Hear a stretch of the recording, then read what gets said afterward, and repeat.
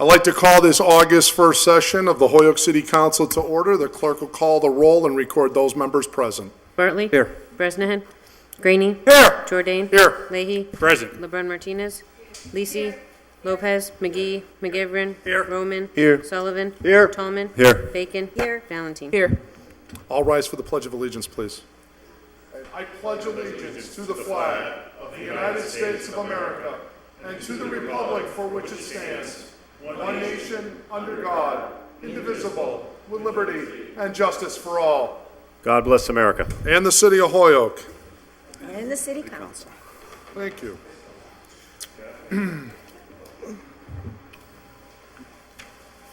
We have, Jim, could I have the two proclamations so I just make the announcement? Correct.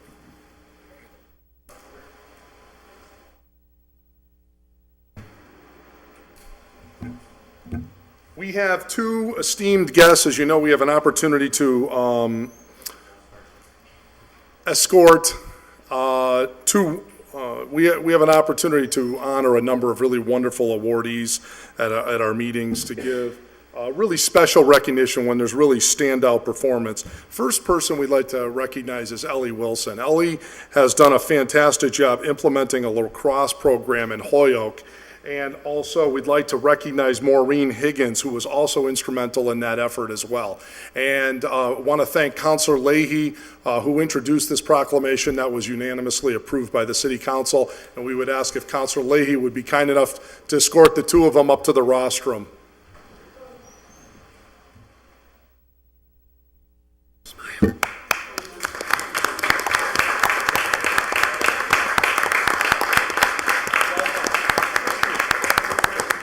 Of honor. And it's my pleasure to recognize Councilor Leahy for a few words and for the reading of our proclamation. Jimmy. Yeah, thank you, Councilor Jourdain. Actually, it brings me great happiness to bring proclamations to these wonderful people. These two people certainly do not look for any sort of fame or any sort of gratitude. What these two people have done is actually something very tremendous. They took a sport that Ellie has played, she played in college as well, lacrosse, and brought it to the city of Holyoke.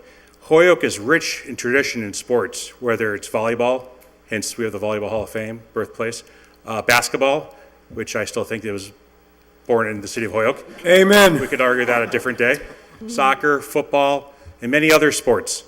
We didn't have lacrosse. And so what these ladies did is they went out there and grabbed people by the bootstraps. They grabbed like Jack Ferreter, make sure they got a 501(c)(3) and incorporated. They grabbed Toby for pizzas at Pix. When they called me and asked me to be on the board of directors for the Holyoke Youth Lacrosse, and actually I think it goes up for field hockey too. It's Holyoke Chicks with Sticks. Yeah, Chicks with Sticks. So I'm on the board of directors of Chicks with Sticks. Okay, whoever thought that. I was very excited, but more importantly, I had a daughter that went and became a member of this team. And what I quickly learned is no matter what child came or what income level, every child played, whether they had enough money to buy a mouthpiece, lacrosse stick, or goggles. Every child played, and I absolutely love that. And I was talking to a lady in Long Meadow. There was a big jamboree, and this young lady had a daughter, and she was concerned because her daughter was no longer going to be able to play basketball. She just wasn't growing. She wasn't fast enough. And as we were talking, her daughter scored 2 goals. And she said, I think my daughter found her new sport. And she gave so much excitement to this lady's eyes. And when the daughter came running off, she had so much excitement as well. And so this wouldn't have happened if it wasn't for these 2 young ladies. So I just want to say on behalf of myself and, of course, the City Council, I'm so thrilled to give these 2 proclamations to you guys. Without reading them, I'll bring you guys up. So Ellie?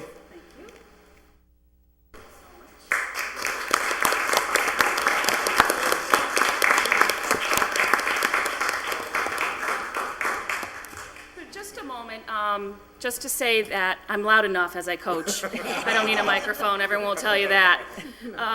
This was a vision I had for many years. I had started playing lacrosse at Elms College, and I wanted to bring this sport.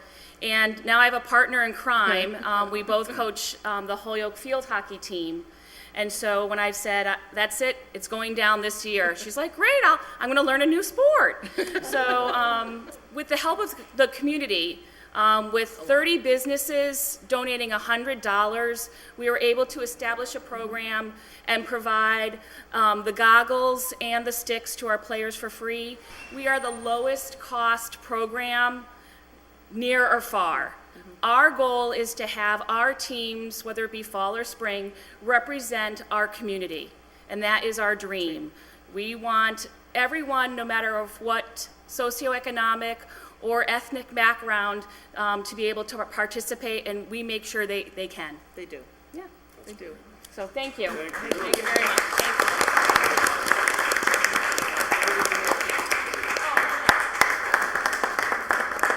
And we do have bumper stickers for everyone, saying that we were okay. established last year. Excellent. Leave those for us.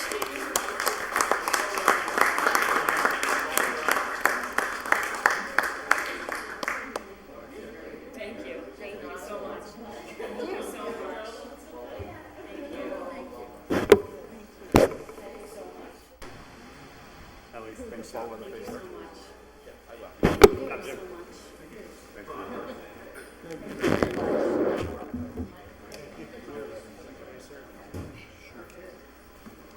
You don't have to sleep by anybody.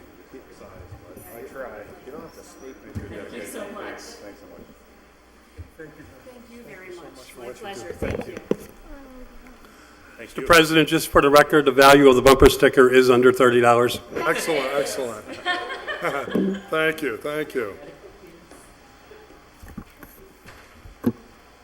Well, councilors, we have a few items that are laid on the table currently, and I was wondering, Motion to remove number 2 from the table. okay. Motion on the floor is to remove item number 2, suspend the rules, and to go to item number 2 now, and to remove item number 2 from the table. All in favor of that? Aye. Opposed, so moved. Item number 2 is that the sum of $1.5 million is appropriated to pay for the costs of tennis court reconstruction at Crozier, Jones Point, and the high school, including the payment of all costs incidental and related thereto, that to meet this appropriation, the treasurer, with approval of the mayor, is authorized to borrow that amount under and pursuant to Chapter 44, Section 7, subsection 1 of the general laws, or pursuant to any other enabling authority, and to issue bonds and notes of the city, therefore, that the mayor is also authorized to contract for and expend any state aid available for this project, provided that the amount of the authorized borrowing shall be reduced by the amount of such aid received prior to the issuance of bonds or notes under this order, that the mayor is authorized to take any other action necessary to carry out this project. Further ordered that any premium received by the city upon the sale of any bonds or notes approved by this vote, less any premium applied to the payment of the cost of the issuance of such bonds or notes, may be applied to the payment of costs approved by this vote in accordance with Massachusetts General Law, Chapter 44, Section 20, thereby reducing the amount authorized to be borrowed to pay such costs by a like amount. Further ordered that the treasurer is authorized to file an application to qualify under Massachusetts General Law, Chapter 44A, for any and all bonds or notes authorized to be issued pursuant to this order, and to provide such information and to execute such documents as may be required for this purpose. Further ordered that in order to reduce interest costs, the city treasurer, with the approval of the mayor, is authorized to refinance any bonds issued pursuant to this order, and in connection therewith to issue refunding bonds in accordance with Chapter 44, Section 21A. Any material change to the description of the projects included in this bond shall be subject to the approval of the City Council. The Committee on Finance, to whom was referred a bond order in the amount of $1.5 million to pay for the cost of the tennis court reconstruction at Crozier Field, Jones Point, and High School, has considered the same and has recommended that it be adopted. Now, this item was received, just as we recall how it ended up tabled, was this report from the Finance Committee came before the council at our last meeting and was denied on a 9-4 vote. As you know, it requires 10 votes for any bond authorization under the under the state statute. So the item is now tabled. It was reconsidered and tabled at that meeting. We approved the first reading, as I recall, and we tabled the second reading. Is there any discussion? That item is now before us. A motion to pass the Motion to- second reading would be in order. Motion pass the second reading? Motion to pass the second reading. Under discussion, Counselor Lisi. Thank you. Just out of curiosity, since this is now a second separate night, does that lower the threshold for the votes? That's only on financial transfers. Bonds always are 2/3. Okay, thank Yeah, you. good question, though. Any other questions? All right. So we have a slightly more full house. At that time, we only had 13 counselors in the room. At the moment, we have 14. And at this point, if there's no further discussion, I will call for a vote. Hearing none, the clerk will call the roll. A yes vote is on adoption of the 1.5 bond authorization for this purpose. A no vote is to deny it. Lisi, Yes. Lopez, Yes. McGee, Yes. McGivern, Yes. Roman, No. Sullivan, Yes. Tallman, Yes. Bacon, No. Valentine, No. Bartley, Yes. Bresnahan, Graney, Yes. Jordan, Yes. Leahy, Absolutely. LeBron Martinez. Yes. 11 yeas, 4 nays. I mean, 3 Three. nays. Vote is 11-3. That is enough to be adopted. The bond authorization has been approved. That takes care of item number 2 on our agenda. Is there any appetite relative to item number 1? Just for the record, we're on the 7th ballot. And just also of curious note, at the last meeting, the vote was 7-7 for many, many rounds because we had one counselor President, make a missing. motion, we move item number 1 from the table and go to the 8th ballot, 7th ballot. Second. 7th ballot. 7.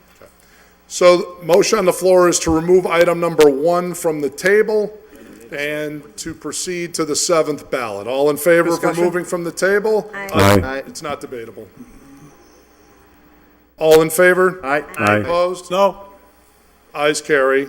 Item is now before the body. Motion on the floor, if I understood you correctly, Counselor McGivern, is to proceed to now the 7th ballot, correct? That's correct, Mr. President. Okay, is there a second to that? Second. Second, under discussion.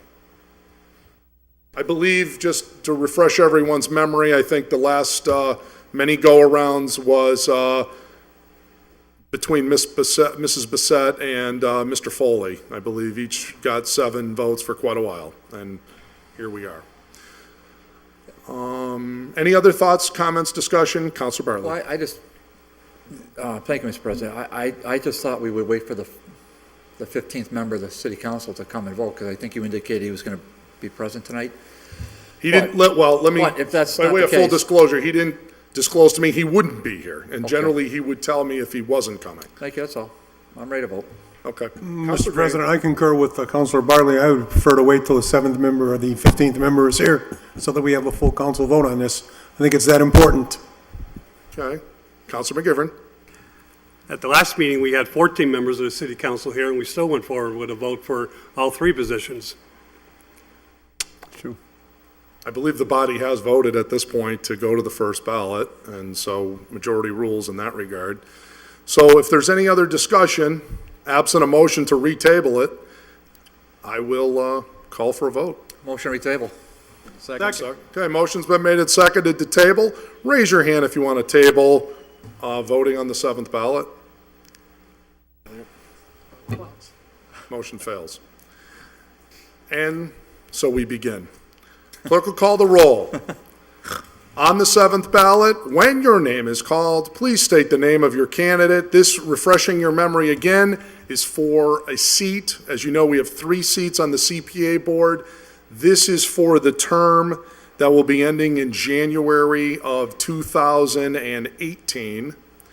So this was the 3rd of the 3 of our seats, and as you know, we have staggered terms under the ordinance. And this is that 3rd and final seat, okay? The other, as you know, we already filled the other 2 with Mrs. Pluta and Mr. McMahon.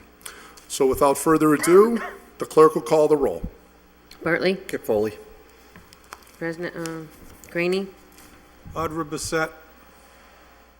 Jordan, Foley. Leahy,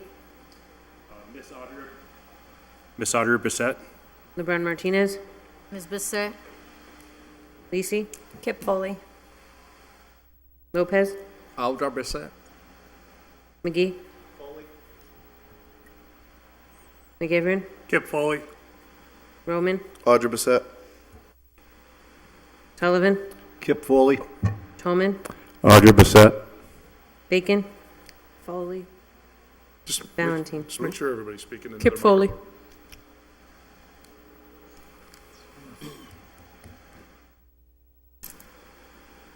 Kip Foley, 8 votes.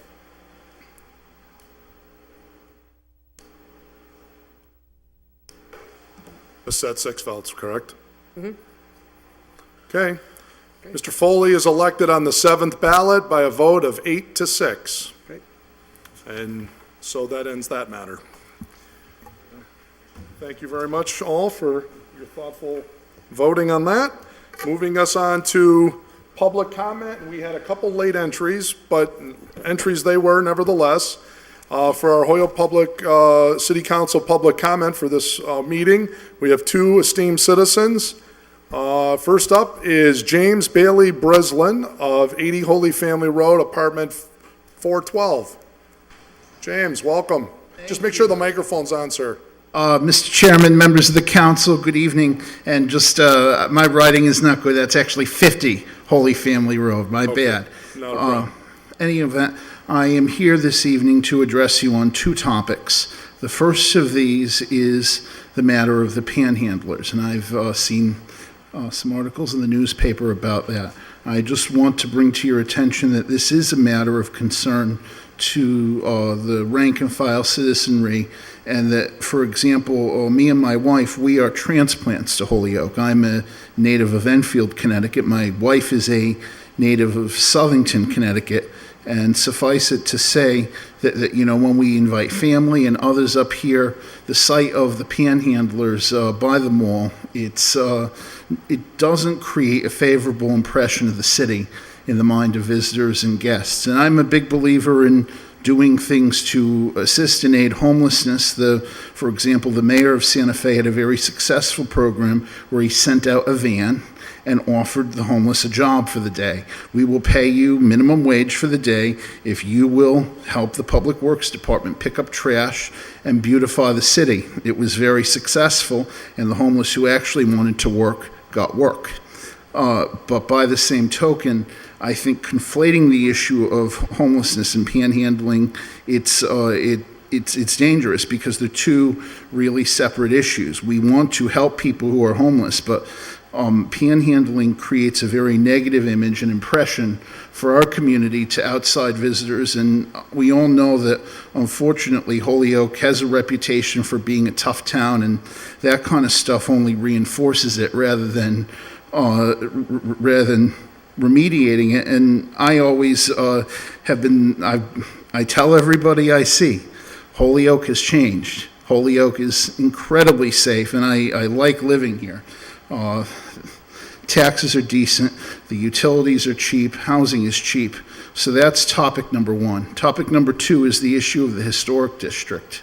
I think that this really gets at a matter of being a good neighbor.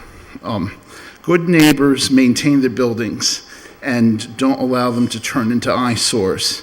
And the concern that I have here, particularly in regard to the request for demolition, is that there was neglect and negligence for a period of years, and now the diocese wants a bite at the apple in terms of demolishing the place, and I feel like it's rewarding that negligent and neglectful behavior, and I think that we need to hold our property owners to a higher standard.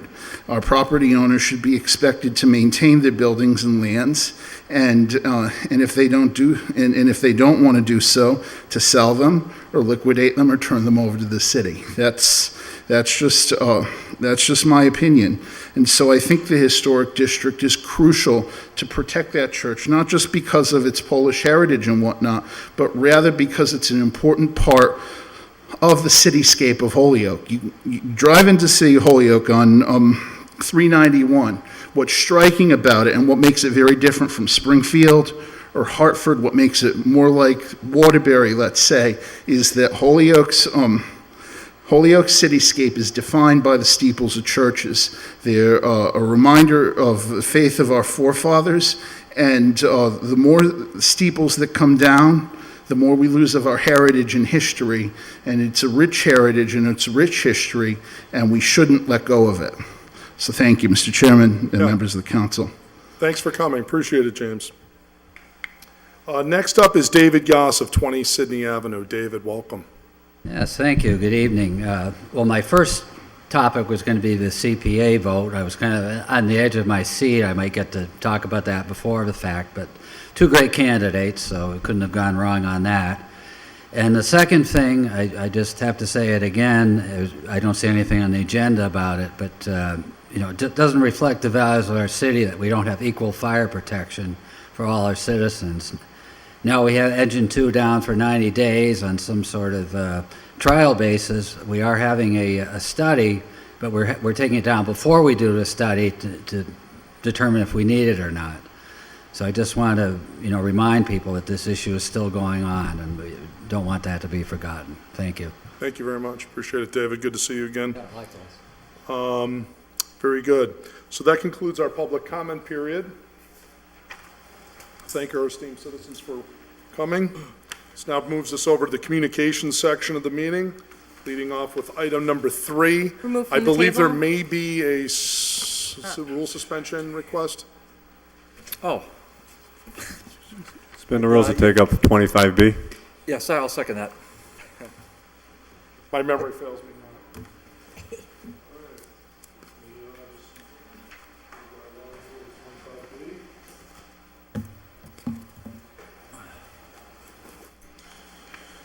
All right. Here's a motion on the floor to suspend the rules to take up item number 25B, and I believe this is done as a courtesy to the parties involved, since they're present in the room. All in favor of that rule suspension to take this item up at this time? Aye. Opposed, so moved. Let me read this item to you. The Committee on Development and Government Relations, to whom was referred an order that the Honorable City Council, in accordance with Massachusetts General Law, Chapter 30B and the Holyoke Procurement Ordinance, vote to accept an offer from Thomas Cousino to purchase a parcel of land and a building located at 1 Cabot Street for $200,000. Said property is described by the Holyoke Assessor's Records, map 048, block 1, parcel 10, containing approximately 2.289 acres with a building approximately 200,000 square feet in size. The property is more particularly described in the Hampden County Registry of Deeds Book 19236, page 490, and further described in Book 9871-021. The property is zoned General Industry, IG, and has an assessed value of $410,200. The mayor's acceptance letter and the additional information have been submitted to the council. The Committee on Development and Government Relations has considered the matter and has recommended it for adoption by the council, and it's signed off by the chairman, Councilor Bartley, as well as Councilors McGivern, Tallman, and Roman. So I'll make a motion to accept the offer from Tom Cousino for $200,000 for the purchase of 1 Cabot Street. And Second. motion's been made and seconded to receive and adopt the order granting the authorization to sell for this amount. Under discussion, Councilor Bartley. Okay, so this property's had a long, sordid history, and we're not going to go through it now. But I'll answer any questions that any of you had. I think there's been, I made sure that Marcos wrote a summary of our July 10th DGR meeting. It was a very long meeting, and you can anticipate having another long discussion at our September 5th meeting on another property at Pleasant Crossing. So that was part of what we discussed on July 10th, but we'll save that for another day. In this case, 1 Cabot Street was before us. It was a unanimous vote of the committee to accept the offer and really to approve the recommendation of the committee that reviewed all of the bids. This was not the highest offer, but in the view of the evaluation committee, it was the best offer. And if you've had a chance to read the July 20th letter from Marcos that's on your desk, that'll be to your advantage. Just to summarize it, highest and best use, The committee consisted of Public Works, Purchasing, Solicitor, Mayor's Chief of Staff, 2 OPED directors. It was an advantageous proposal submitted by the applicant. They felt that his experience, due diligence, his ability for timely completion of the project were most advantageous to the city. I will point out that this question comes up all the time about a reverter clause. There will be a reverter clause in the property deed. So if the applicant, whomever it might be, doesn't meet certain thresholds after 6 months, 12 months, then it would go back to the city, and he would get a portion of his of the proceeds reimbursed.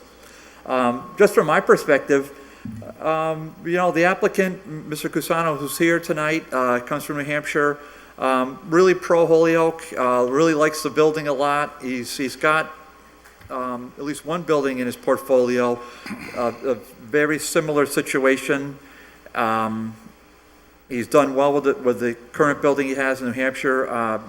He came and sat at the desk with us, answered all of our questions. Bless you. Very, very pro Holyoke, very, very excited about the possibility of being at this building. Now, on the other side of the coin, I think it's only fair to talk about an email that I received, but I made sure it got forwarded to every person on this body. An email I got from the former Mayor of Holyoke, and she also, Mayor Pluta, and she talked about the current tenant in the property. So I hope you've had a chance to review that. I'm happy to hit a couple highlights. She was kind of looking out for the current tenant, who was also an applicant for 1 Cabot Street. He was applicant last time, and we rejected the mayor supported the bid. This is, I can't remember when it was, Joe. I think it was 6 months, at least 6 months ago. It was a bid for $10,000. The DGR committee rejected it, and the full city council supported our recommendation. The same applicant, Mr. Parent, he put in the exact same offer of $10,000 for the property, and this time the evaluation committee rejected it. But then the mayor goes on to talk about how the current bidder, Mr. Cusano, the mayor wants us to put some kind of restrictions. I don't want to say anything, we use pejorative terms here, but put restrictions that would more or less ensure that the current tenant gets to keep his lease. Well, in my opinion, and in the opinion of the DGR committee, that didn't seem to be a fair, and that really didn't. It also seemed to be beyond the bounds of this city council. When you look at the terms of the lease, and if we were to impose restrictions on a deed that ensured that this tenant got to keep his tenancy, one, that's not fair. Second of all, it would handcuff the bidder, whoever it might be. And third of all, let's be real about it. He's paying $2,200 a month for 100,000 square feet of space, which calculates out to 26 cents per square foot. That's tough. It's also half the building. The building's 200,000 square feet. I mean, that's a tough one. I mean, and the HEDIC, and I've asked Joe to address this. The HEDIC is about keeping jobs, creating jobs, and building up Holyoke. HEDIC helped carry the property, for, the business owner, for a long time. Specialty Loose Leaf, they're still in business. It was Marcos's opinion, and we concurred, that it would be advantageous to the new property owner, whomever he or she might be, to have an anchor tenant, but let that person negotiate the terms with the anchor tenant, not have the terms dictated by city councilors on a private lease. I don't think that's our role. But I felt it would be very unfair if I didn't talk about that as, I mean, it's the former Mayor Holyoke advocating, so I mean, I think it's only fair that we talk. I mean, it's an important person, and it's only fair that we talk about this. So we just, I just didn't support that particular aspect. I will say there was another bid that was $109,000 higher. The evaluation committee, again, in that July 20th letter that you have on your desks, the evaluation committee speaks to that bid. And I think what if I may, the evaluation committee said, yes, it's 100,000, 109,000 more, but long-term, going forward, we felt the game plan, which is the evaluation committee felt the game plan from the winning bidder, Mr. Casano, has a better chance of success for the city of Holyoke. And I think all councilors, I'll end right here, I think all councilors know where this property is. It's as you cross over what's now a brand-new bridge coming from Willimantic, it'll be the building immediately to the right. You'll also note that the new Amtrak line goes right past that building as well. So it's really at a gateway to the city of Holyoke, and I mean,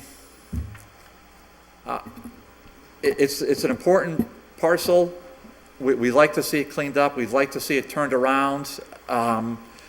For those that were here on July 10th, I think they'll agree with me. Mr. Casano has very enthusiastic opinion of the city. And I'll end there, and I'll take any questions if there are any. Thank you. Thank you, Mr. President, and thank the chairman of the committee for the summary. Chairman Barley did ask me to quickly run through the HEDIC relationship with the specialty loose leaf and note that it actually has nothing to do with the proposal that's in front of us, other than it is an historical event that we should. I think it's time that we spend some money on new microphones here, you know? HEDIC had made a loan to the prior owner of specialty loose leaf, and that was Bob Thompson and a partner. It actually made 3 loans, 2 of which were repaid. Mr. Thompson had kept this part of Denison National when it moved over to the city of Chicopee, and in doing so was able to keep specialty loose leaf going for a long period of time with the help of the money he borrowed from the HEDIC and with the success he was having with the business. Third loan, I believe, was for the purchase of a piece of equipment at the time.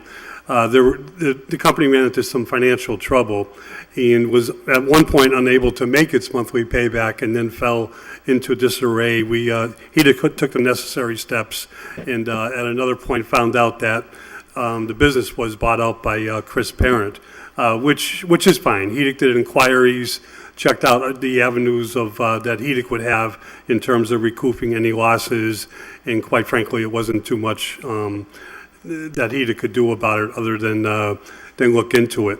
The mayor was well aware of this. The city acquired the property later, upon the failure to pay, the owner from the failure to pay taxes and the gas and electric and liens and all that we know. And during that time, we were informed that specialty loose leaf the business part was bought out, but not the building by Chris Parent, and that they were paying a negotiated deal to stay there with the city, which we weren't totally privy to at the time. It's history, but I don't think it has a lot to do with the vote before us. This is surplus property which the city did not want to acquire, but required through tax title, acquired through a owner that went defunct on both the business and the property itself. In doing so, I think most of us know what happened. Specialty loose leaf has been able to keep operating out of there. The building itself has gotten into a lot of issues with the roof, as Councilor Bartley pointed out, with the sprinkler system and with the heating system and other major things that has to be done, among other small things that need to be done. Would you just secondly like to make it clear that what's before us this evening is only one proposal, and that's the proposal that the mayor made to accept the $200,000 for the building. That proposal was the mayor's choice and only the mayor's choice, and only the mayor can negotiate either that proposal or any other proposal that was before him. He chose, as was his right, to go out under an RFP proposal. He examined all the proposals with the help of his development office and put forward what he thought was the best for the city of Holyoke. I think Councilor Bartley did a good job of highlighting the positives and agreeing with the mayor on why this is the most positive proposal for the city. It's a 200,000 square foot building sitting on almost 2.3 acres. The roof is in dire need of quick repairs and in dire need of a new roof in a fairly short period of time. There's work that needs to be done on the inside.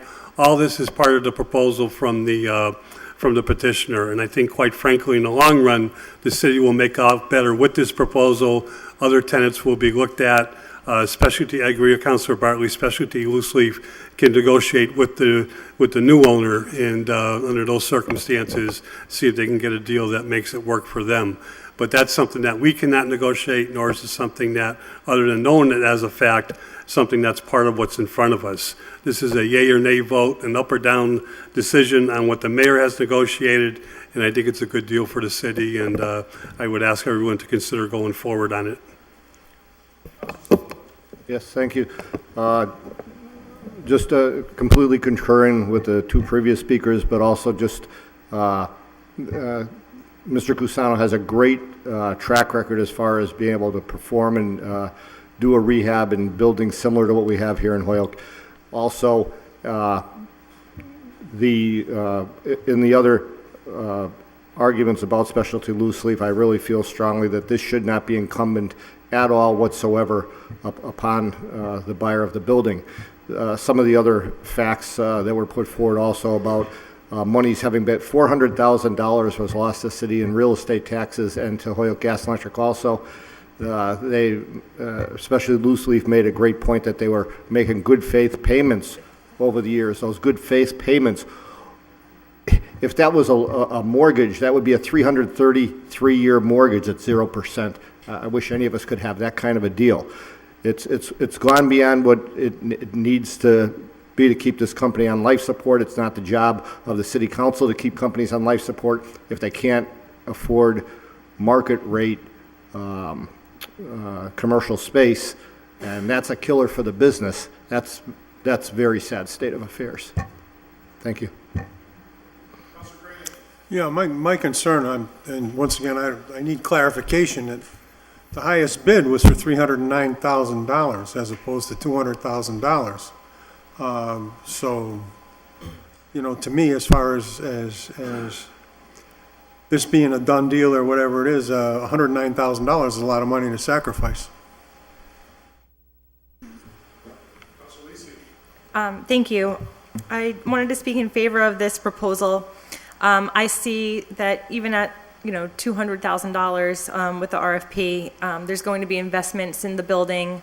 A new roof is necessary, as we just heard. So there's going to be that sort of investment there where it's going to increase the property values, and I think we'll see a return on those investments. While we may not be getting $109,000 in cash on the front end, I think that we will realize, the growth of this project and the improvements on the property itself will come into the city coffers.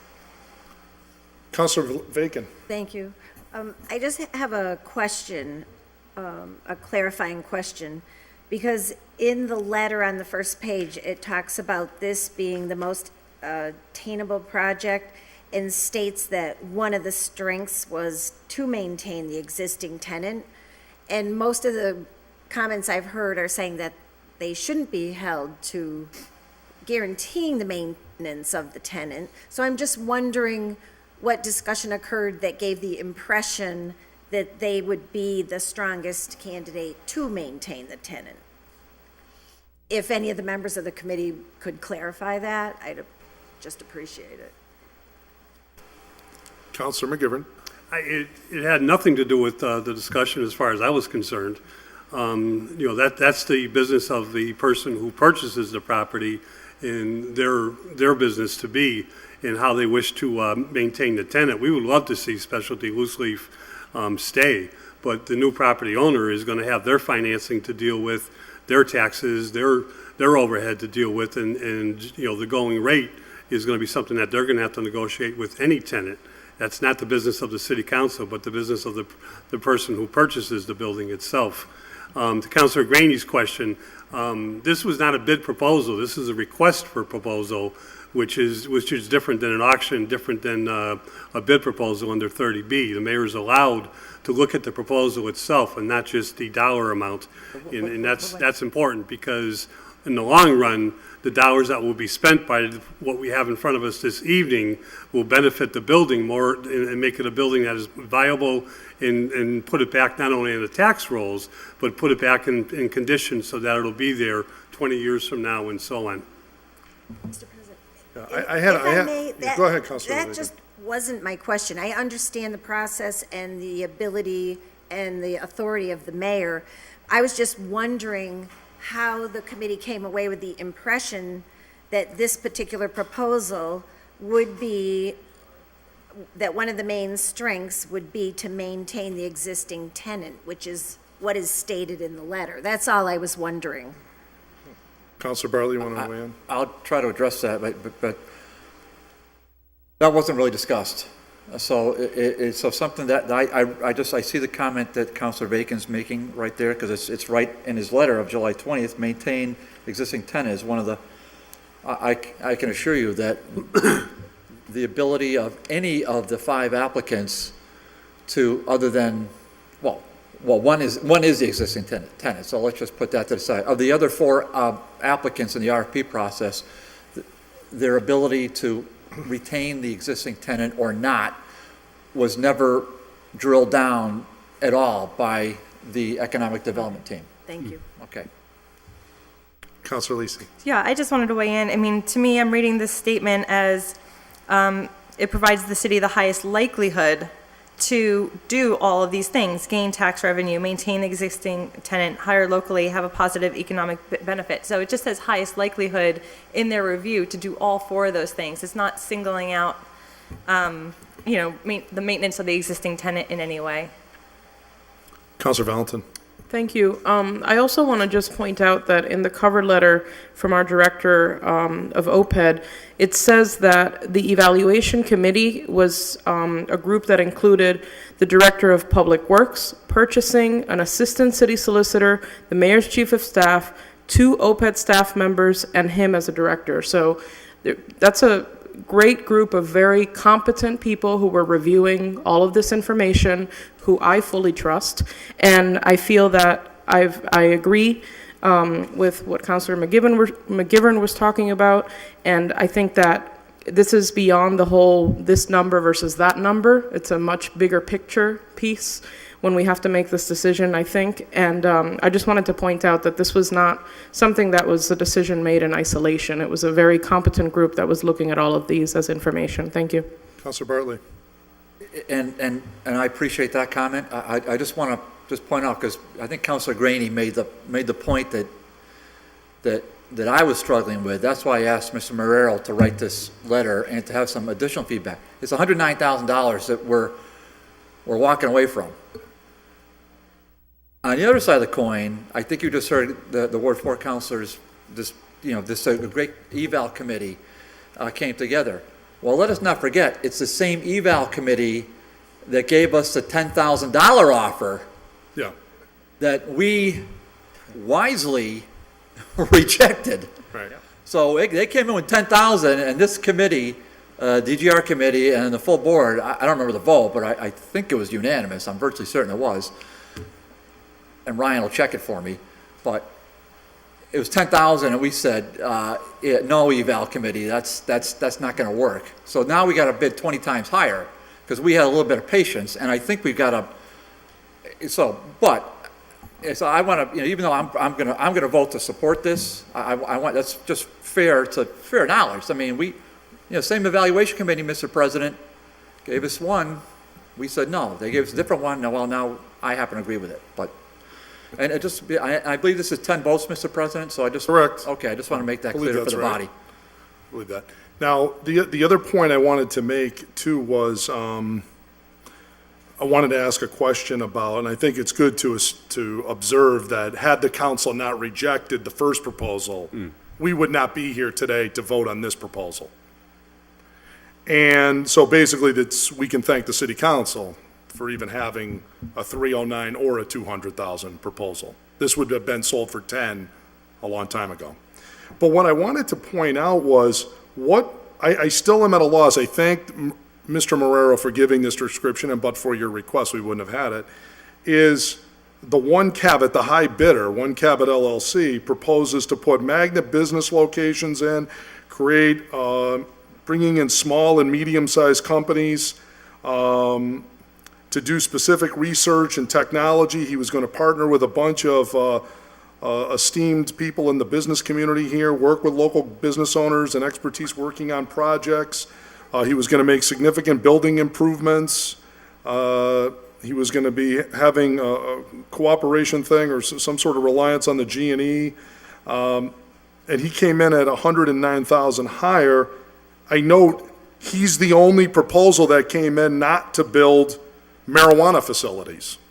And that the only people that got rated advantageous were two marijuana facilities, and the one person that just wanted to pay the most and create businesses, he got rated as not advantageous. And my question is there some preconceived agenda going on here?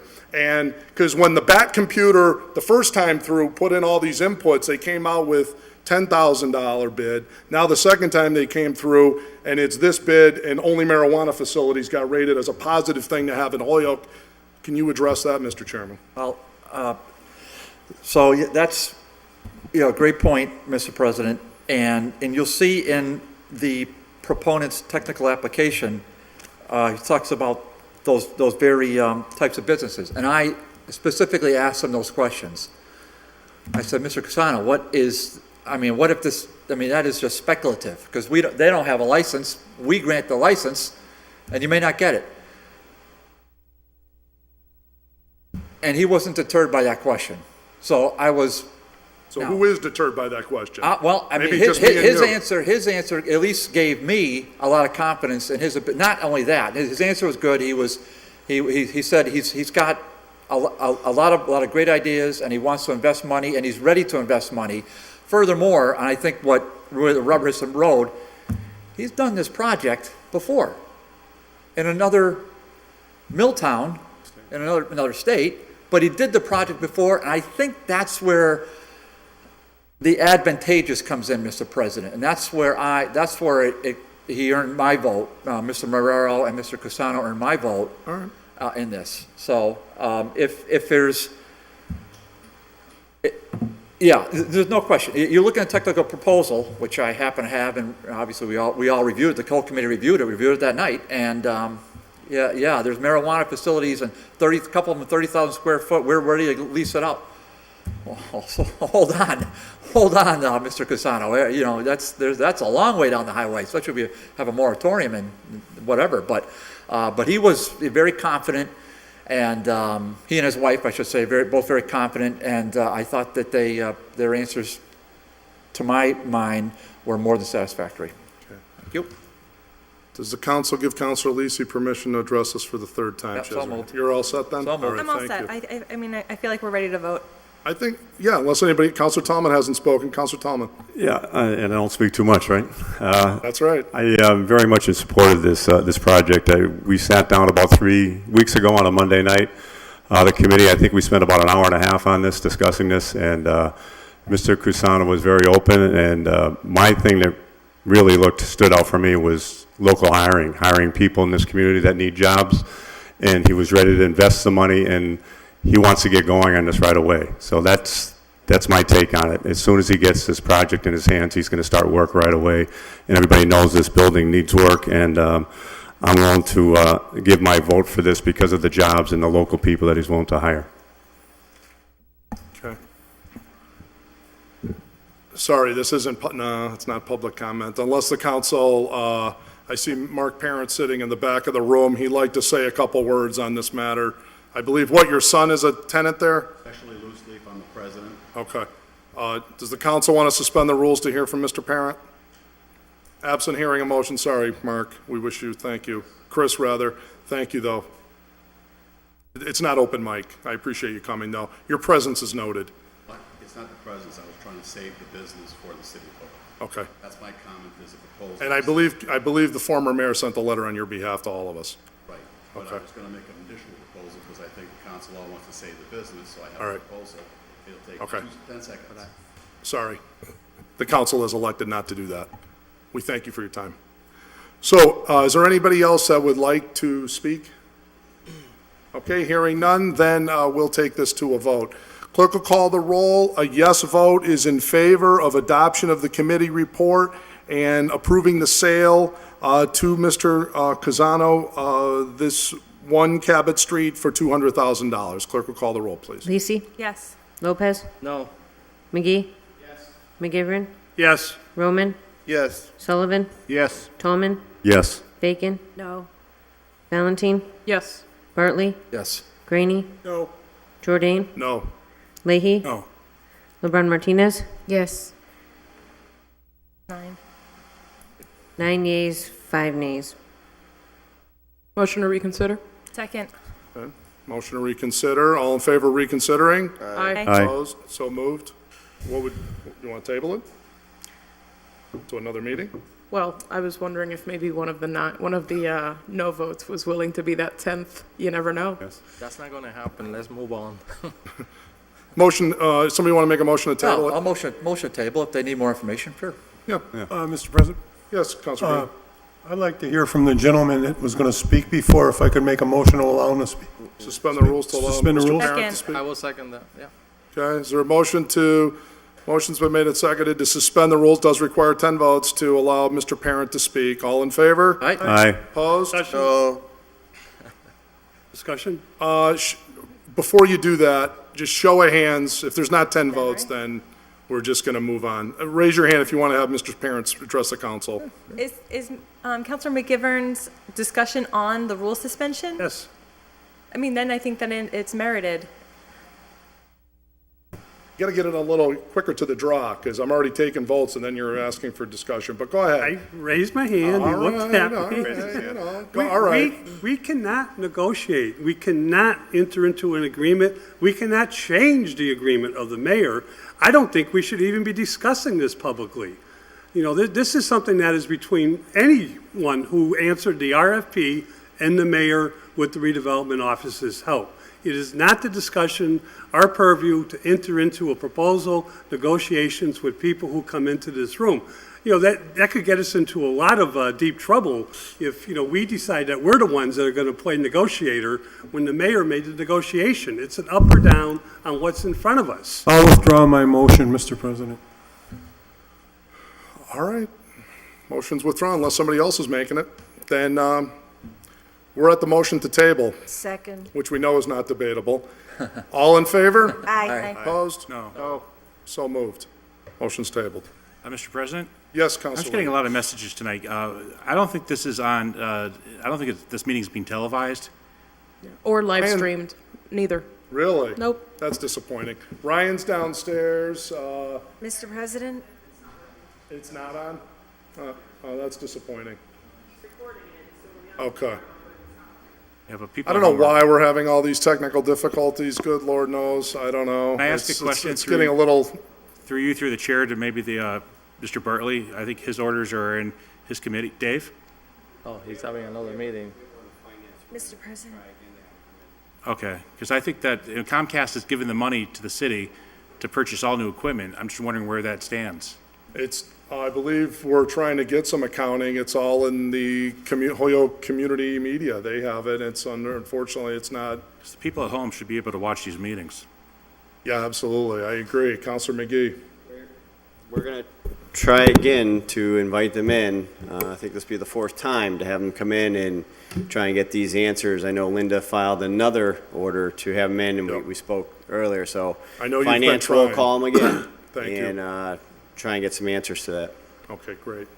Councilor McGivern. Just note that most of the PEG access money that involves our televising both the school channel and our channel is the money that we give to the schools, and we negotiate with the schools. Brian Manajak, who comes in, is part of the school department. Yep. And the equipment downstairs and all the equipment that Bless goes you. through and is transferred to Comcast is part of the school setup itself. I don't, the other, The schools, to your point, you're absolutely right. The schools, I believe, are given $45,000 plus Brian is paid $25 an hour to televise meetings here for the council. I believe those have been the rates for quite a number of years. But yes, that's all coming out of your franchise fee money that you pay on your bills every month. And that's why- it's given to the city, so it's not like, Absolutely. That is not, Comcast doesn't keep any of that. That goes right through. and there should be 3 PEG access channels, and City of Holyoke only utilizes 2. That's correct. Counselor Bacon. Thank you. I just wanted to note that earlier in the evening, for a brief time, the televised portion was working and then it stopped. But when Ryan is down there, he only has a button on or off. He has no way to fix anything when he's just down there trying to operate it. So we're really at the mercy of the technology at this point. And Mr. President, just to repeat into the mic what the law department was saying, because I'm sure people couldn't hear that at home, that Ryan is recording it and it will be hopefully Tomorrow. available tomorrow. So for folks you. that are texting us, writing to us, there is hopefully a solution. It's just not immediate, unfortunately. Is the Believe it audio is working streaming. over? Apparently I believe it nothing is- at all. It's not streaming. not. Initially, Nothing, it was. it's not the ordinance meeting apparently was streaming at 6:30, and Yeah. then now it says Channel 1 Government. Oh, So obviously it works. It's just there's something. intermittent. Okay, well, we tabled that, and now we are on to, I believe, item number 3, unless there's any other rule suspensions. Okay? And let us see here. So we have a communication from the mayor appointing a city solicitor. I see he's sitting over in the front row. We welcome him, Paul. So I am pleased to submit the appointment of Paul Pear to be the Holyoke City Solicitor. Upon your confirmation, Paul's term of office will be consistent with the appointing mayor. He shall function at the department head level, reporting to the mayor. Position of city solicitor is a full-time position paid under DH 24. Annual salary remaining at $66,000. Sincerely, the mayor. Public service or other options? Stephen, confirm the appointment. Yeah. Second. Okay. Motion on the floor has been made and seconded to effectively suspend our rules and confirm the appointment this evening. Under discussion, Councilor Leahy. Yeah, thank you. As Chair of Public Service, normally that's the route that we go. However, Paul is certainly no stranger to at least me, and I'm sure nobody else in this room. I think he's done a good job in the city solicitor's office, and I applaud Mayor Morris for coming out and appointing a city solicitor. He's always very handy. He's always very available, and I would encourage everybody else to vote for him as well. Yes, I also would like to speak in favor of confirming the appointment. Unless there's somebody that has questions, I would, of course, defer to that as if any colleagues had questions. But I would say myself, I have found Paul to be a go-getter in there and is doing a really good job. I think after the discussion that we had in ordinance last week, I think it highlighted the need to have this position filled. I think the mayor's to be commended for filling this position and giving us an official city solicitor. I think that unwinds a couple of concerns that a few of us had regarding the long-term vacancy in that position. So I would certainly vote in favor of Paul. I think he's certainly qualified to do the job, and he's been tested for a period of years now with us. So I don't know if anybody else has any other thoughts. Councilor McGee. Yeah, just quickly. One, I'll absolutely vote for Paul. I've known Paul for a long time now. And then he went to BU, did an outstanding job at the law school. Kept in touch with him. Highly recommend him. My issue isn't Paul. It's we didn't appropriate in the budget for a city solicitor, the one that we just passed.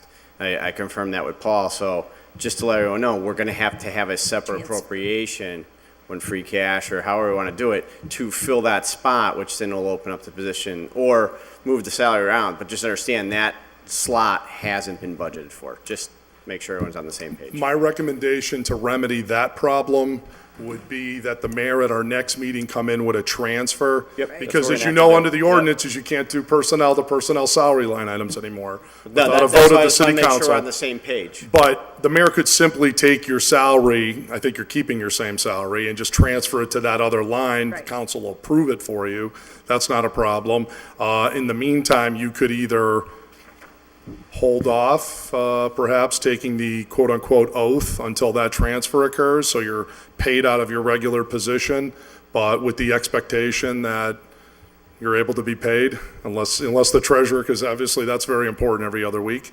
Then, we could make that mechanically happen. I'm sure we could have taken care of that this evening had it been known, but we'll be sure to take care of that at the next meeting for you. That's not a problem. Counselor McGivern. I'd just like to echo some of the words that have been said. It's nice to know a person we know he's qualified, Attorney Pear. We know he's going to be capable of the daily, day-to-day operations and the supervising of a wonderful law department that we have. And certainly he brings the expertise of being on the staff for some time now. I think what I said last week, and I think I just repeat it real quickly, is this is one of the most important positions to us, not just to the mayor, but to all of government, the city council, and not just to elected officials, to all the citizens of Holyoke. We need a fair person in there, a person that is able to distinguish what is right, what is wrong from a legal standpoint, and able to give a level playing field for anyone who is interested, whether you're a city councilor, the mayor, or just a citizen. And I think that's what Attorney Pear will bring to the city solicitor. But most important, what I said last week was, without a city solicitor, we don't have someone to protect us. We have some good lawyers that can advise us, but we don't have that magical legal opinion that will give us the umbrella that we need with the state, and then something that we haven't had for some time now. And it's good to see the mayor listened and has put a good qualified candidate in front of us. Okay, great. Any other discussion? If not, the clerk will just do it by voice vote unless anybody wants a roll call vote. But all in favor of confirming the mayor's appointment of Paul Payer to be the new city solicitor? Aye. All in favor? Opposed? So moved. Congratulations, Paul. Congratulations. Best of luck to you.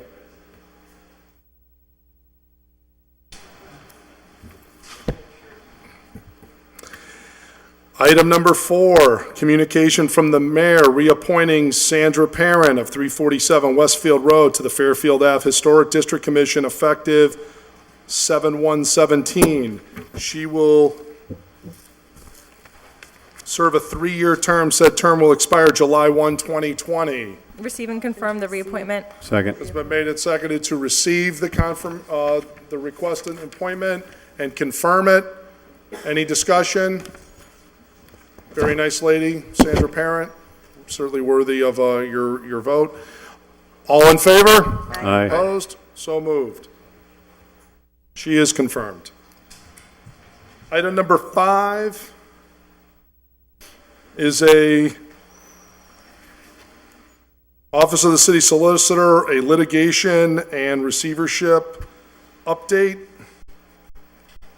that's Make a motion entitled to Privileged and Motion to receive. Confidential, but then it's published as a communication to the council, which is an interesting public document, I believe. I don't know, has that been, we're going to somehow make that less than public, I would assume, if it's privileged and confidential on the headline?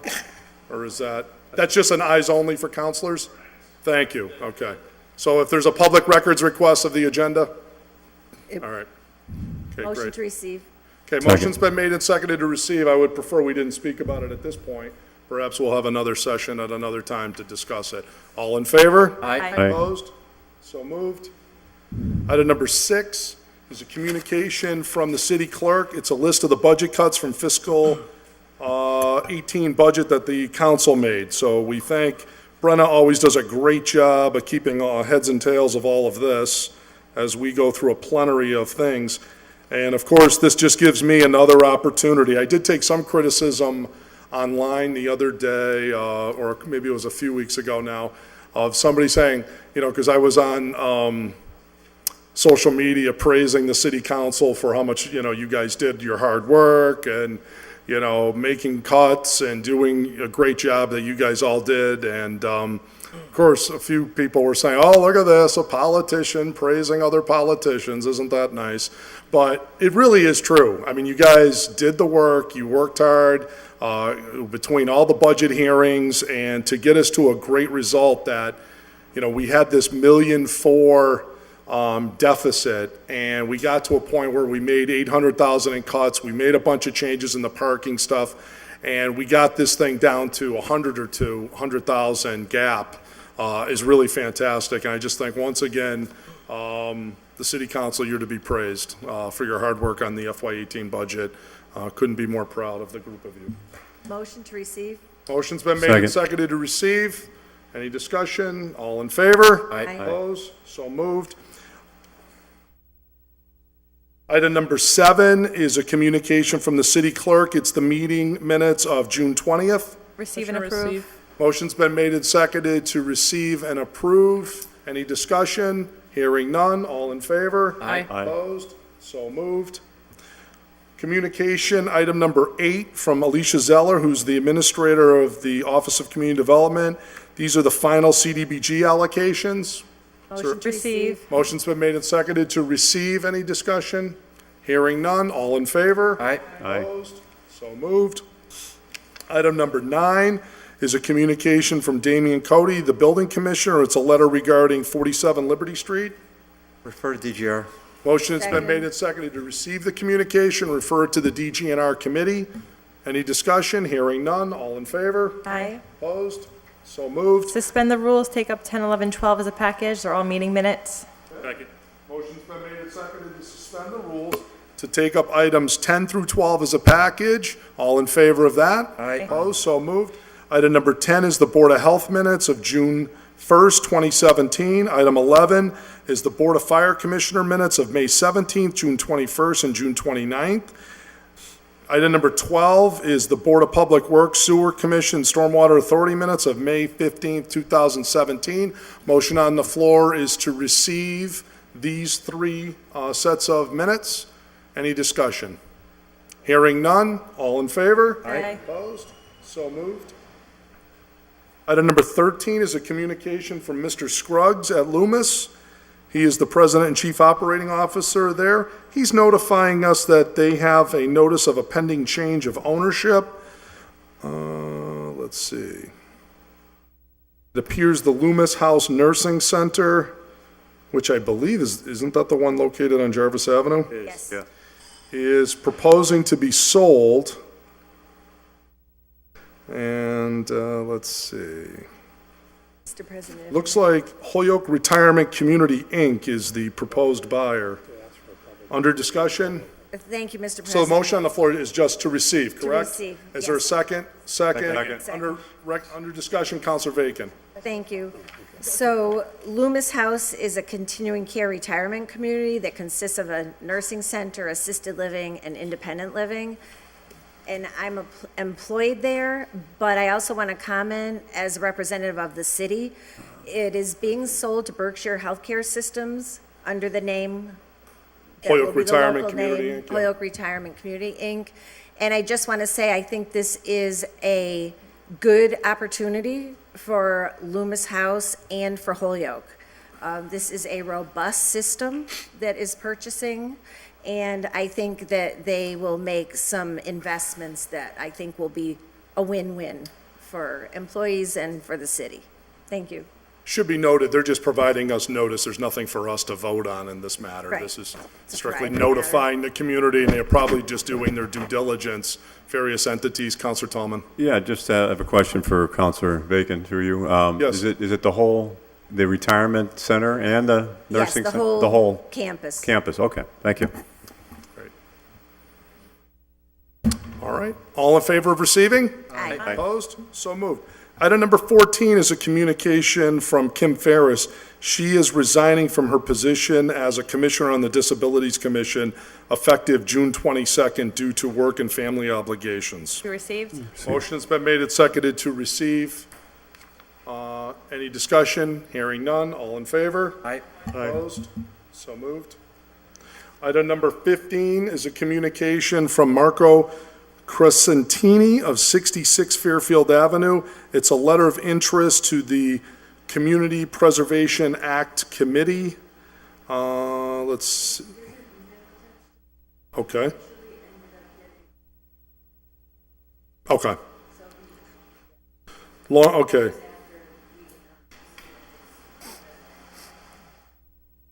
Oh, okay. Okay, great. So it sounds like he might have been a late entry to be considered for one of our positions.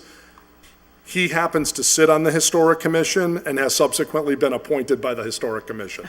So Marco's all set. So this was just his letter saying, I'm interested in one of yours, but now he's already on through the Historic Commission. So a motion to receive would be in order. Second. Receive. Motion's been made and seconded to receive. All in favor? Aye. Opposed? So moved.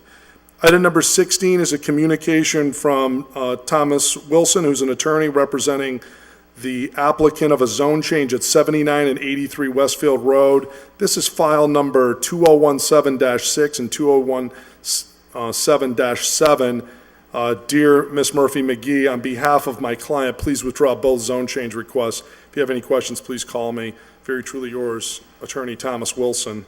Motion to receive. Motion's been made and seconded to receive, refer a copy to ordinance. We had a It's already copy. been Okay, addressed. all right.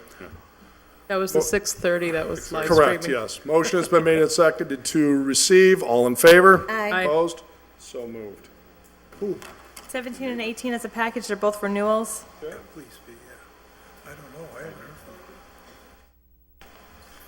from Motion is to suspend the rules to take up items 17 and 18. 17 is a petition of David Greenberg from Pawn Depot, 448 Appleton Street, seeking a renewal of his pawnbroker license.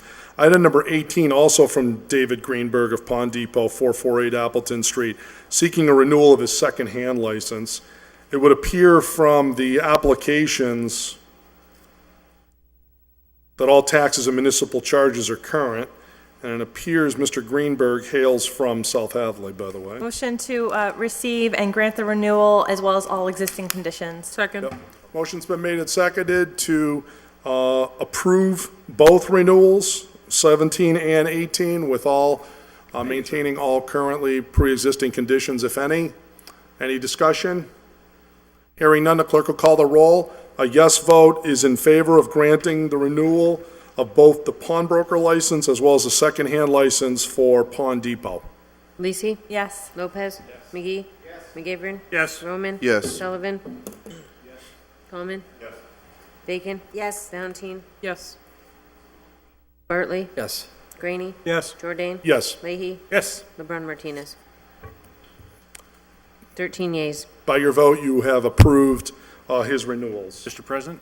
Yes, I Councilor. just received a message, Councilor Bresnahan is on vacation with his family, that's why he's not at this meeting. Okay. Just wanted to he asked me to tell you guys. Okay, thank you, Councilor Leahy. Item number 19.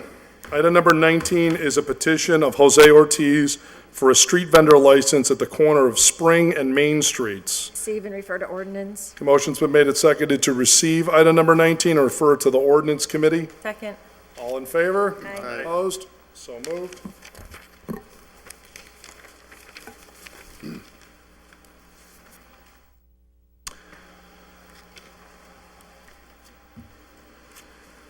Item number 20.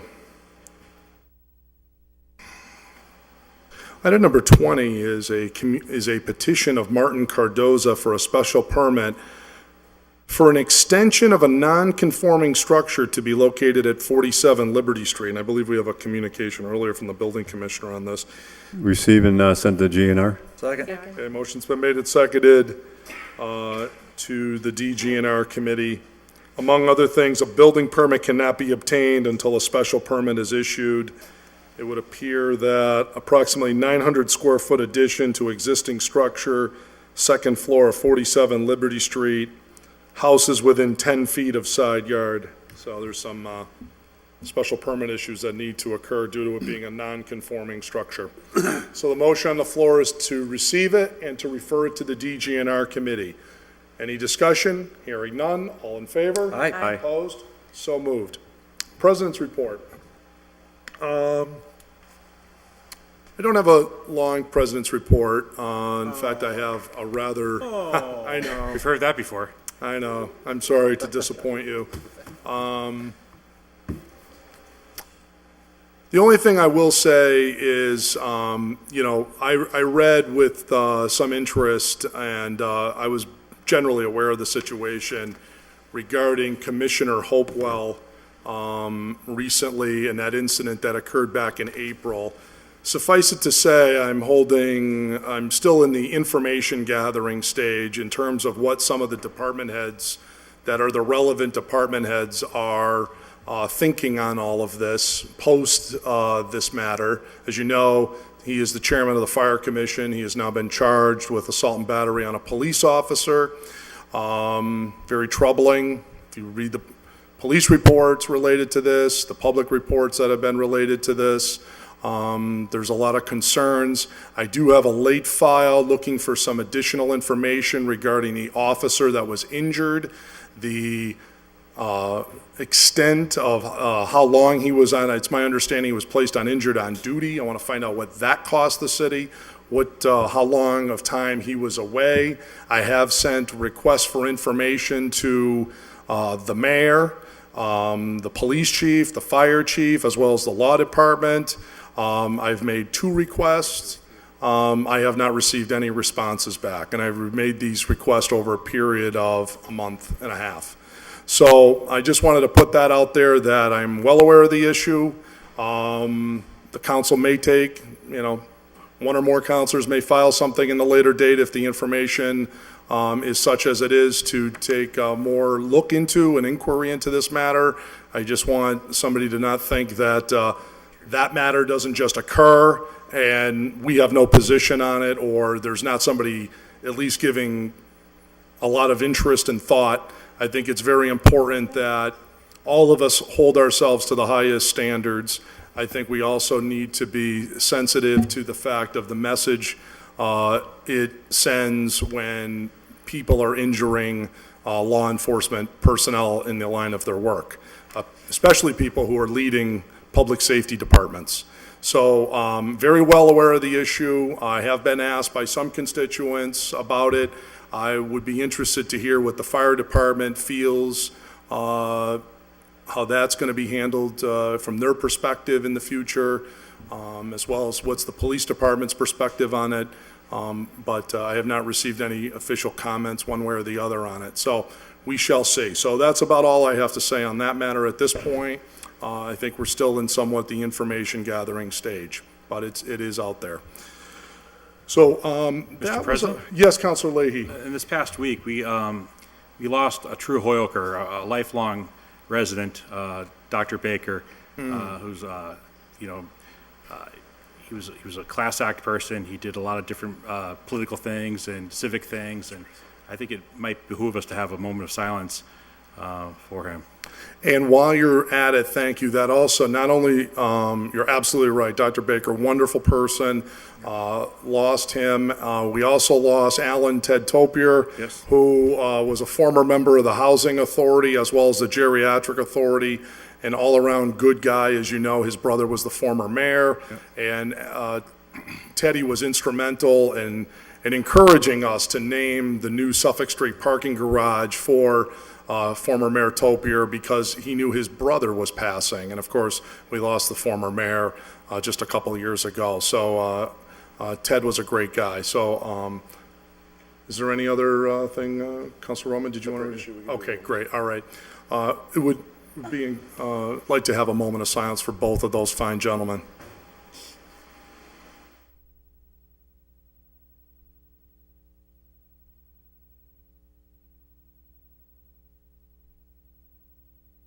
Thank you very much.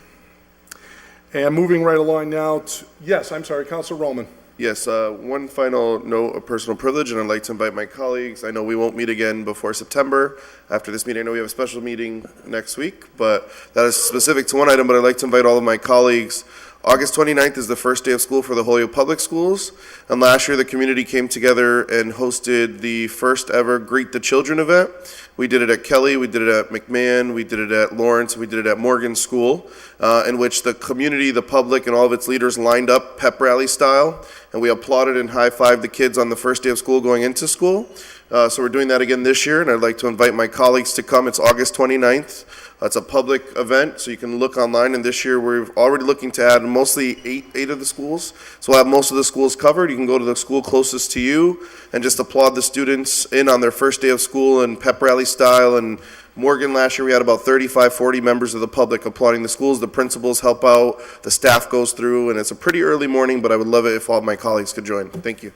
And Councilor Roman, could you just take a moment? Thank you for that. That was great. Can you also talk about August 8th, and which teases up the point I almost was remiss to say, looks like we're going to need a special meeting for next week for a brief item to help the school department. I was planning on putting it right before the ordinance meeting. This should be about a 15-minute item. Can you talk about that and the urgency from Drs. Reich and the request that we received the other day? Yeah, so I do applaud Drs. Reich and Anthony. After our previous meeting, they approached me. They said, hey, we have this potential to go after funding an accelerated repairs grant or program, but we need appropriations by the city for Morgan, Kelly, and Sullivan School to have them accelerated repaired this year. So they were going to file it, and it is filed under an order by me today. They wanted to send it to committee to go through the proper steps. They needed it before the 1st of September, so by the 30th we had to vote on it. I said, fine, not a problem, but then thanks to Ryan, I realized we only meet once this month. So with that, the time frame's a little tighter. So thus I approached Mr. President, and I thank him so much and you all. This joint committee will be meeting next Monday. Ryan said there was no other committees on the jacket for Monday. So we'll be meeting Monday, taking up this item. So if any committee members want to come to dig in deeper, ask any questions, we'll be meeting at 6:30 at Morgan Elementary School. And that's 80/20? I believe, exactly. They're going to come with all the questions. They'll have the full packet. And so we'll be discussing all that Monday at Morgan School at 6:30. So any committee members, please come down. We will have that recorded for the public. And then we'll take that up Tuesday at that special meeting. So thank you. The 8th? Yep, Monday, 7th. The 7th is the committee meeting, and then the council will vote at a special meeting, I'm thinking about 6:15 on Tuesday, the 8th. Councilor Tallman. Just a quick question through to Councilor Roman. The time for that student thing, the kids in school coming in, what time is it, 7:30, 8 o'clock? So it depends on when the schools are, all the school times are open. So what I could do is email out to my colleagues each school and the start times, and when the group of the public will meet up in front of the schools, and I could send that out to my colleagues. And it's just while they're coming into school, so it'd probably take, 15 minutes to a half hour? Exactly, 15 minutes, half hour last year. Morgan, we got there at 7:15. The kids started coming in about 7:30, and they were in, the teachers walk them in before first bell at 7:45, and we were out and back to work and on our way. Okay, thank you. You're welcome. Councilor McGee? Yes, just want to invite everyone for this Saturday, August 5th, 12 to 4 at Ian White School. We're trying to do something a little different in the ward. We're going to have a block party. Normally have neighborhood meetings with school committee and ward counselor to address the issues, but here we're just trying to have everyone get together, have a summer meeting, but really have some fun. There'll be a bounce house for kids. Learn in Motion will be there to, in essence, take the kids away from you if you need a break and teach the kids. He's a phenomenal person with regards to taking care of kids and getting them interactive and playing. There'll be a rock wall. There'll be karaoke, especially for you, Kevin. We know your voice. But a lot of different things just to change it up a bit and have some fun. So if you do have time, I invite all of you, please stop by 12 to 4. Not too early to wake up the neighborhood and not too late to have them call me and yell. So it's something a little different. So hopefully every one of you can join us. 12 to 4 Saturday. And food, and there is food. Next Nest is selling hot dogs and hot oven cookies. I mentioned it to the group before. There was a lady trying to come in to sell gourmet cookies. She will be there. She's very excited. I was out here one day and I bought some off her at the farmer's market. They're phenomenal. So she'll be there with her cookie selling station, as I'll call it. Wonderful. Are you taking care of the city council? Hey, you can come purchase. Yeah. Councilor McGivern. I cannot make the joint The flower meeting fund, yes. on Monday. The I was cookie just fund. curious if the vote by the city for the schools involves an appropriation by the city? And where would that money be coming from? That's a good question. Those are some great questions. We better have those answered by next Tuesday at 6:15, right? Well, we have no free cash until who knows when. I would assume they're going to do bonding, right? Usually for our share. Yeah, I would assume that they're seeking our approval for some application, and in it, it's probably going to be similar to the one where we committed to commit these funds, because whenever you apply for SBA funding, there's always the caveat, we may not give you the SBA money, and please know that if we don't, you're on the hook for the whole. But, you know, if you get it, then we reduce your portion by 80%, because actually, you pay it and then they reimburse. That's how it really works. So you actually are bonding for the whole amount. Counselor Sullivan was next. Yep, thank you. I'd just like to make the council and the public aware, last week, the Holyoke 14 to 16-year-old girls AAU basketball team, the Paper City Basketball Club, went to Las Vegas representing the city in the National AAU tournament. They came in second. They were defeated by Hawaii, and they did a great job out there of representing the city, and everybody had a great time. Holyoke versus Hawaii. Who would have thought, right? And we beat 2 teams from California as well in the process. That's awesome. Thank you for sharing that. Counselor Leahy. Yeah, to Michael Sullivan's point, I actually went down and watched that. Harry Melendez had it set up down at the Holyoke Turn Hall, and we actually watched it from some lady going on Facebook Live, and they blew it up onto the wall, and it was a close game in this City Holyoke. And the Paper City girls had originally beaten Hawaii previously, so it was kind of a tough loss, but nonetheless, these girls got to go to Hawaii and do very well. But I just wanted to, on our last topic, I went to the meeting at the high school to meet the new principal. I was one of the 12 people that went there, and I got a chance to talk to Dr. Zurich, and just in passing, I said, anything new coming up? And he had mentioned exactly what Councilor Roman had said. I said, how do you expect that to be paid for? And he said, well, bonding. And I said, well, I think we're pretty close to, and he mentioned a few things that he thought was coming off the bonding. So I think it's going to be interesting to have in committee, but that's exactly where he's looking. Better make sure the treasurer gets invited, because she might be asked at some pointed questions about that, yeah. Because we did just do another big bond recently, and now we're doing all these other ones, right? We've got a bunch in finance. We just did the pool. We did traffic stuff. I mean, we've got a lot of bonding we're doing, so we do need to be very sensitive to that. Okay. Of course, we have a lot of capital needs, but on the same point. All right, any other thoughts, comments? Okay, great. We'll keep moving on. Now driving ahead into the ordinance section of the meeting. We start with item 21A. The Committee on Ordinance, to whom was referred a City Council street vendor application of Augustin Ortiz to sell ice cones in the Holyoke area, recommend that the application be approved with the condition that Mr. Ortiz be allowed to sell ice cones from 9 a.m. to 8 p.m. 7 days a week, that all necessary permits are required. Permit extends to September 30th, 2017, and this is signed off by all the members of the Ordinance Committee. Motion to receive and adopt the committee report. Motion's been made and seconded to receive and to pass the committee report. Is there a second to that? Second. Second. All in, under discussion, Councilor Bacon. This was pretty straightforward. The applicant came in, we asked him a number of questions, and it all was pretty simple, and the committee was unanimous in approving it, with the conditions as noted. And he was going to be moving to a few different locations, I believe, correct? Well, he got different permits for different locations. Yeah. Right. Okay, great. All right, very good. Any other discussion? All in favor? Aye. Opposed? So moved. Mr. President. Mr. President, can we take up 21B, C, and J as a package, Second. please? Okay, motion's been made and seconded to take up items 21B, 21C, and 21J. Can we add G to that? It's a removal of a handicap placard, so it's kind of in the same vein.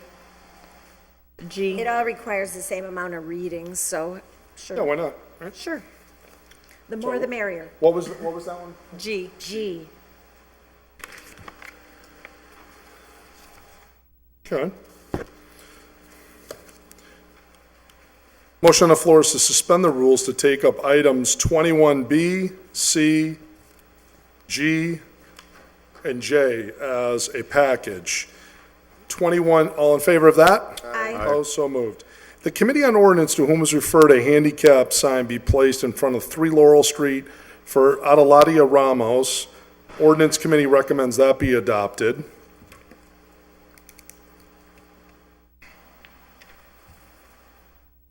(21C), the Ordinance Committee recommends that a handicap sign be placed in front of 552 South Summer Street for Brenda Lorenzi. 21G, Ordinance Committee was referred an order that a handicap sign be removed from 39 Vernon Street because the disabled child has moved out of the area. Ordinance Committee supports making that removal.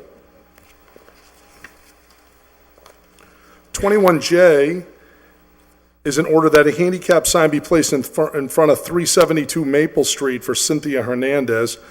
Ordinance Committee recommends that be approved. Is there a motion?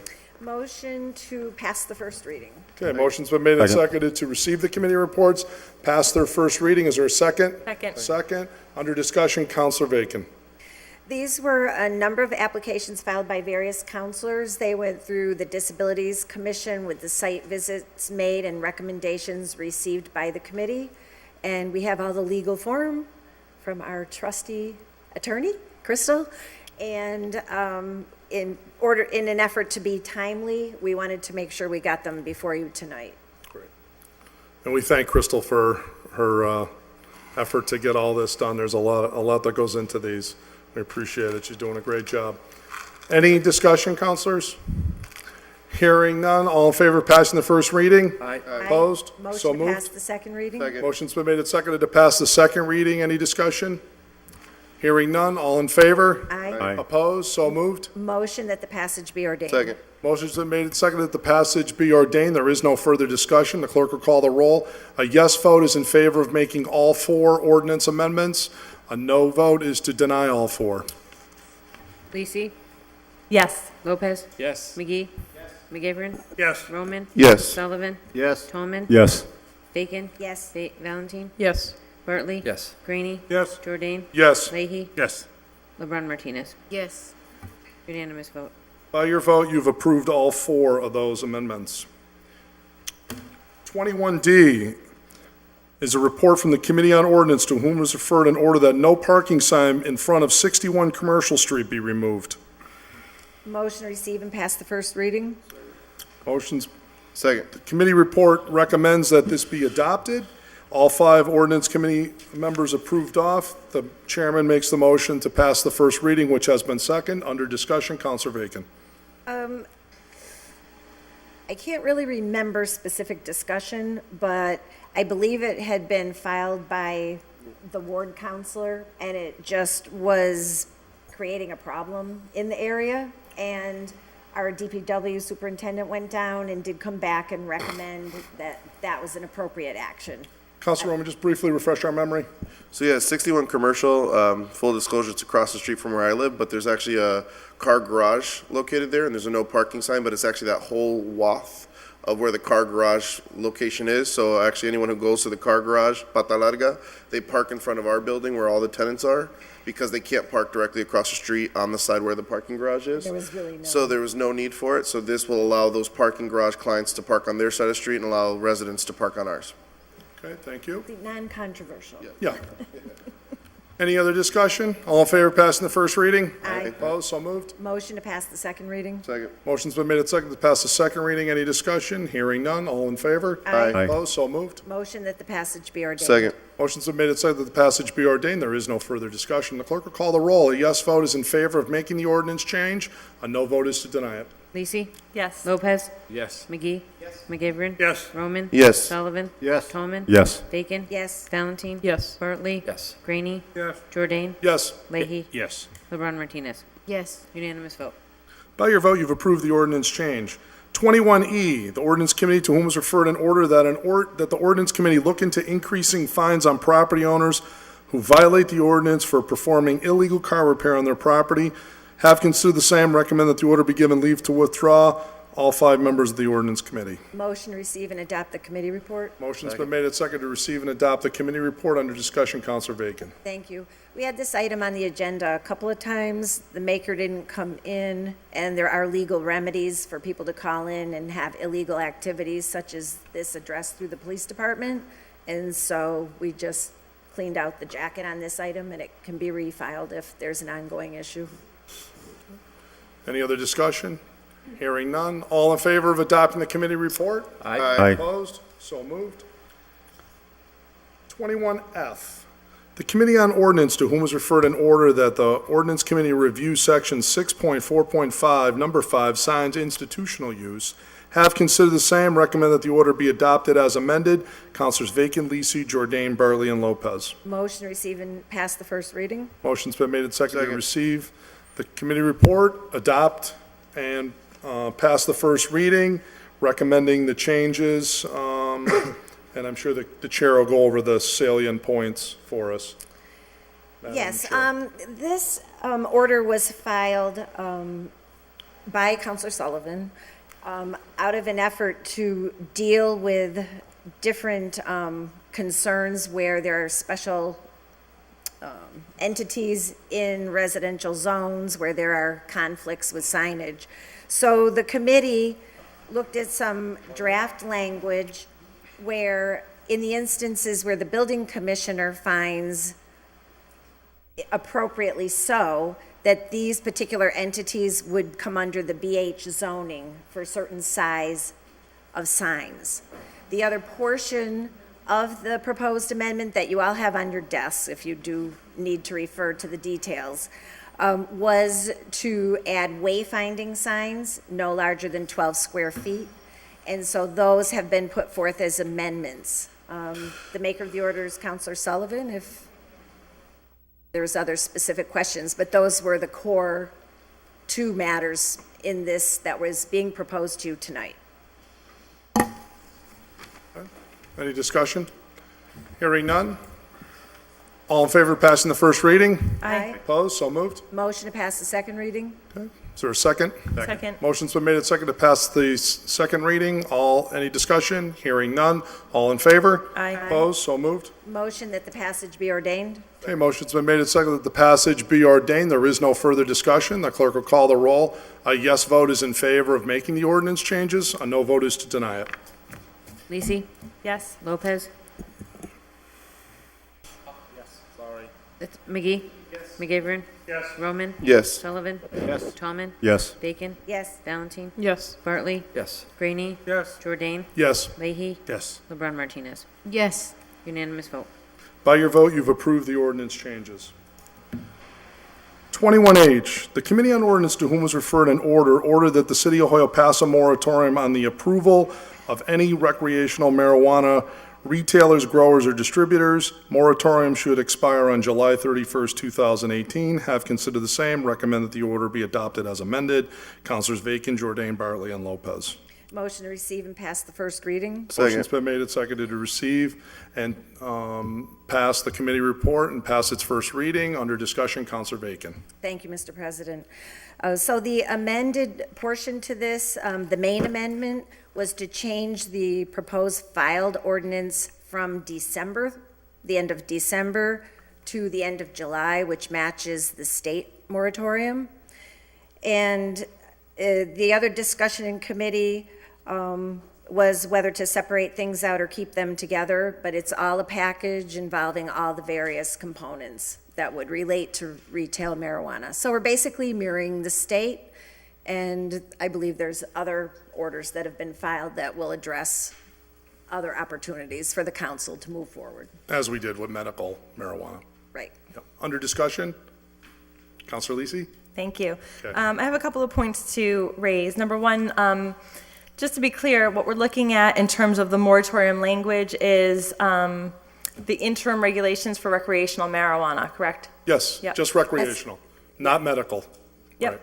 Right. So I just want to make sure I'm looking at the right legal language. Yep. Secondly, in speaking with the state rep's office, the state moratorium ends on July 1st, not July 31st. So if we're really going to be mimicking the state moratorium, then we should be moving our moratorium to July 1st as opposed to the 31st.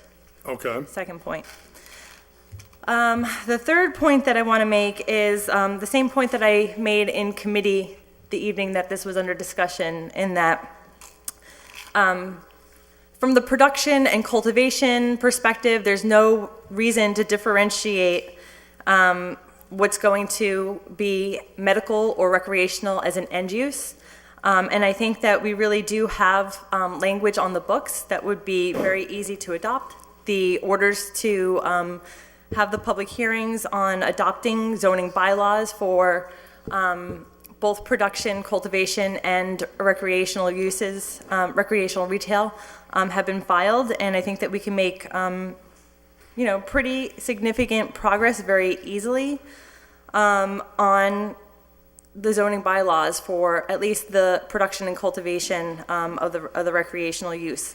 I do think that there may be a need for more of a conversation when it comes to recreational retail, but I think that it's really important that we separate out these two different components. The production cultivation is basically the same thing that we have going on currently, that we have licenses for in the city that we just approved recently.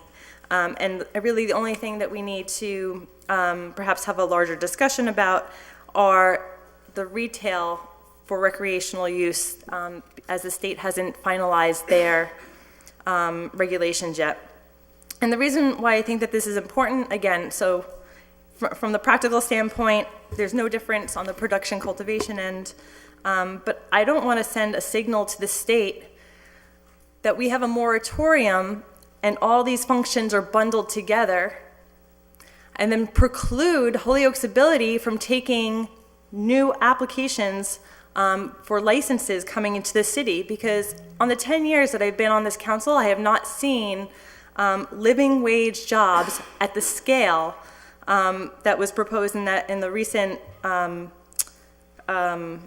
medical marijuana production and cultivation facility that came in.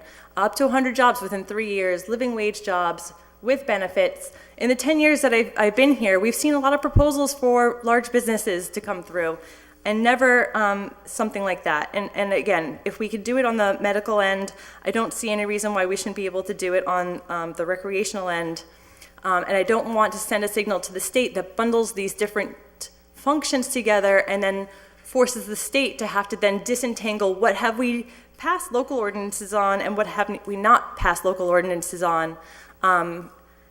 I think it puts too much of a onus on the state to interpret what we are doing and what we are not doing, and I think we should separate out the recreational use, or the way that it's worded here, I would say leave the recreational retail and eliminate the production cultivation from the moratorium. Those are my 3 points for now. Thank you. Yeah, I pretty much agree with what we just heard from Councilor Lisi. We've spent a tremendous amount of time, and I think we came up with a really, really good package on the medicinal marijuana production and cultivation.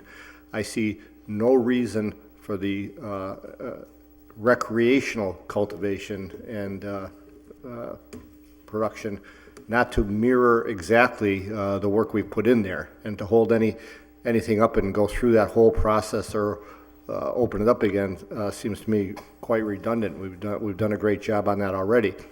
The real question before should just be on the recreational piece, the recreational sales piece. Also, I've got a bit of a problem with it, just the last bit where we say that until such time as the council address the impact.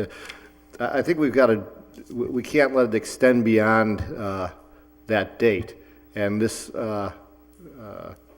it leaves it open. I think we've got to say that this is the deadline, July 31st, 2018. We've got to, what I said before on the same package. we've got to roll our sleeves up and get to work. I don't want to support something where we still leave the window open, where if the council hasn't done something, the moratorium stays in effect after that date. We've got to get this done, and let's not cloud the issue with what we've already gone through on the production and cultivation piece of it. Mr. President? Councilor Roman. Yes, and thank you. And whereas I agree with my colleagues on the component about splitting, and again, as very vocal supporter of both the recreational sales and cultivation and the shops and everything, I still want to make sure that yes, we have that very well detailed, laid out plan for medicinal cultivators and growers. Whereas I agree, it's a great process. And again, to echo my sentiments of Councilor Lisi, if it's going to be a quick process to just mirror those same laws, my only thing where I would support this moratorium until those are on the books is that there is a very public person going out saying that they're going to start cultivating and growing for recreational sales tomorrow in the city of Holyoke, and that they could be up and running by December. And this person has said it. I have the emails. I could send it out to everyone. Oh, well, I'm going to be losing millions of dollars tomorrow because I can't be cultivating and growing on a recreational level. Well, where was the conversation with the neighborhood? Where was them following that same process from the medicinal side of coming before our body? So if it is a simple process, I agree with my colleague, Councilor Lisi, then let's get those other two orders in. Let's get this, if this is a simple process and we could again meet by September, October and approve those same laws, then that shouldn't be an issue. We could suss out the cultivation and growing component. But as a huge supporter and as a steward of the ward and of the individuals, because let's be honest, right now the zoning laws for recreational are all zoned in the lower wards. So this sounds great, but then my ward gets stuck with all these growing and cultivation facilities, and if I have a gentleman who I have an email saying, hey, I'm going to be losing millions of dollars tomorrow and I could be cultivating tomorrow for recreational distribution and growing, where was that? Where was our body involved in that process like the other company that came before us? Did you all know that this company's going to be growing? Did you all know that this company's going to, by December, have millions pumped out to other facilities throughout the world? I didn't know that. So I do think, I agree with my colleague, but I think until that point, where if this process can be sussed out by September, October, let's include all of them together until a point where we can truly focus, and that's why I do applaud my colleague for filing those other two orders. Let's have those joint sessions with the planning board. Let's approve, if they're a perfect model, let's just approve the same model for medicinal cultivation and growing as recreational, and then it'll be separated out. And we could still spend more time on the retail sales, but I do have grave concerns with leaving that out, because then there's no regulation right now for a cultivator or grower to tomorrow get approved or whoever and say, hey, we're going to grow in Holyoke, and we don't have that on file. So I still think we got to wait either way. Let's just leave them all together for now, still go through the process by my colleagues, and then by next month we could have an approved process before us. Thank you. First, just to echo what Councilor Roman's saying here is, let's just be clear where we're at with this, factual-wise. We have rules on the books regarding medical marijuana. If those can be mirrored, then let's have ordinance. This says this comes off if this is all passed sooner, so, that's not a problem. If we get all of these regulations in place, then this could be off in 2 months if theoretically this was done. The problem is, we need to make sure that all gets done. Maybe it's 2 steps. Maybe we amend this to support your position, Councilor Lisi. If we can bang out the cultivation and production component of it sooner, then let's do that. I think the point is, we don't have anything on the books right now, and like all the other communities that are passing these moratoriums, in the absence of zoning regulations, they're just trying to protect their communities. That's the whole genesis of all these moratoriums. That's why the state passed a moratorium. And so, as the state hasn't passed a law yet, the council needs to be very careful that we listen to what the state legislature passed, have DPH regulations that come down after that law is passed, have the law department review these regulations. Let's go through and do a great job like we did. And by the way, it took us, a year and a half to pass the medical marijuana? And in compliments to the city council, GTI made it a point to say, you guys really passed some really good ordinances in regard to here. And we did a very thorough, good job. Now, hopefully this won't take as long. And I'm committed to get this done as soon as possible. I'd like to have it done by the end of the year, personally. But the fact of the matter is, it's done when it's done. And we need to just that's the most important part, and let's try and get this done as quick as we can. I think everyone in the room wants the same thing, is just getting these regulations on the books. There's not, I think everybody recognizes there's not going to be a ban. It's going to be these regulations, and we move forward, and that's it. And as quick as we humanly can do that, I think we're all saying the same thing. And I think, though, to say that we have this moratorium in place just protects the city. I think that's basically it. And I have my own opinion about that email that went around, basically lobbying people to say, vote against this moratorium because you're going to cost me $5 million. I mean, I think that's almost inappropriate to be asking counselors to vote against moratoriums to personally profit somebody. Can we ask who, I haven't got this, majority of the people got the I'll, email. I'll let the people that, got that email, it was ultimately forwarded to me, to speak to that. But, I'm happy to, I'm sure certain people will be happy to share it. So anyways, the fact of the matter is that's where this is all coming from. I think we're all on the same page. It's just a question of the steps. So Councilor Lisi. Sure, I just want to clarify, because I know there's a lot of moving pieces here, so I just want to clarify some points. Number one, I mean, I am almost of the opinion that we don't need any local moratorium at all because we're protected by the state moratorium, okay? Number one. So I'm just going to put that out there. Number two, in the least, if we are going to pass a moratorium, what I'm saying is that I think it's important to separate out the moratorium. If we pass moratoriums, it should be one moratorium for production cultivation and one for retail sales. Because I don't want the state to have all these different functions bundled together and they say Holyoke has a moratorium on, it says right here, production, cultivation, distribution, sales. And then they are the ones that need to then reference, like, what did we pass local ordinances on? What didn't we pass? And they have to start to disentangle what we did and didn't do. And I think that's just going to get really sloppy, and that's going to cause missed opportunities for us. Let me just say to that, though, in fairness to the city council, we passed a blanket moratorium. We did this exact same thing for medical, and it worked out. After the medical passed at the state level. Yeah, there was no moratorium at the state level for the medical. Well, let me make 2 points. I'm going to first address the first point. Second point is, the first one is the council passed a blanket moratorium on medical. It worked out beautifully. We have an ordinance that I think is outstanding. Second point is, if your state moratorium is as effective as you say, then why is this person saying, absent this, I can go out and make $5 million, even in the face of this quote-unquote state moratorium that you have complete faith in? I have less faith in it. I know this protects us. That's a maybe, because he apparently doesn't think so. This I know does. All right, on the motion. All right. So, any other thoughts, comments? Councilor McGivern. Friendly amendment, Mr. President? Sure. I think from listening to the ordinance committee and what was said this evening, just a friendly amendment to change July 31st to July 1st, 2018. Yeah, that's fine. Okay. Motion on the floor is to amend July 31st to make it July 1st. Under discussion of that, all in favor? Aye. Opposed? So moved. July 31st is now July 1st.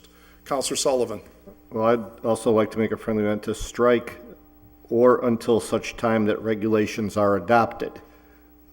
Because that means, as I read that means if we go beyond July 1st, the moratorium is still in effect. It works both ways, though. If we're sooner, it ends upon the adoption. That's fine with me that it's sooner. I understand that part, but this leaves it open that that the moratorium can go beyond that date. And if we don't get it done, then we're open. I want the pressure to stay on us to get it done by that date. I don't want the window left open for it to go beyond that date. So if I may, I think what he would like to have there is then something that says whichever is sooner. Because I think the concern that Councilor Sullivan is raising is that if we don't pass anything and July 1st comes around, then I'm sorry, I'm losing the Well, train no, of your thought point is, and I understand Michael's point, what he's saying is, he feels if we have July 1st and we make it a hard stop, that the whole ordinance just blows up and we have no more moratorium, so that'll force us to take action by July 1st. I think I'm fairly reflecting what you're saying. Correct. The other school of thought is, if that's the case, you could revisit that issue as it gets closer to July 1st if you think things aren't working out that way. Secondly, I would point out that you want the city protected if it does go beyond that day. Things happen, maybe you get more information, whatever. The point is, if it's sooner, great, it'll be all over. If it's still July 1 and you're not done, you don't want to have no protection. That's the flip side of it, though.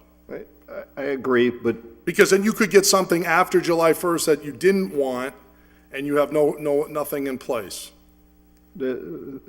there's no reason for us not to have this done by the end of this year and have the firm guidance of our esteemed president and his stamp on this before the end of the term, I would love to have that happen. I really would, but okay. I just don't want to leave this window No, open. I respect your position. And I'm fine with the whichever comes sooner, if we replaced it with that line. All right. As well, whichever comes sooner. But I right. really think we need to draw a line in the sand as to how long we can drag this out. Counselor Bacon? Thank you, Mr. President. I do appreciate the comments of our colleagues, but for those that were not able to attend the meeting, we did have robust discussion on both of these points, and the recommendation that you have before you was the result following quite lengthy debate in this regard. So I do appreciate the opinions, but I really would urge my colleagues to support this moratorium.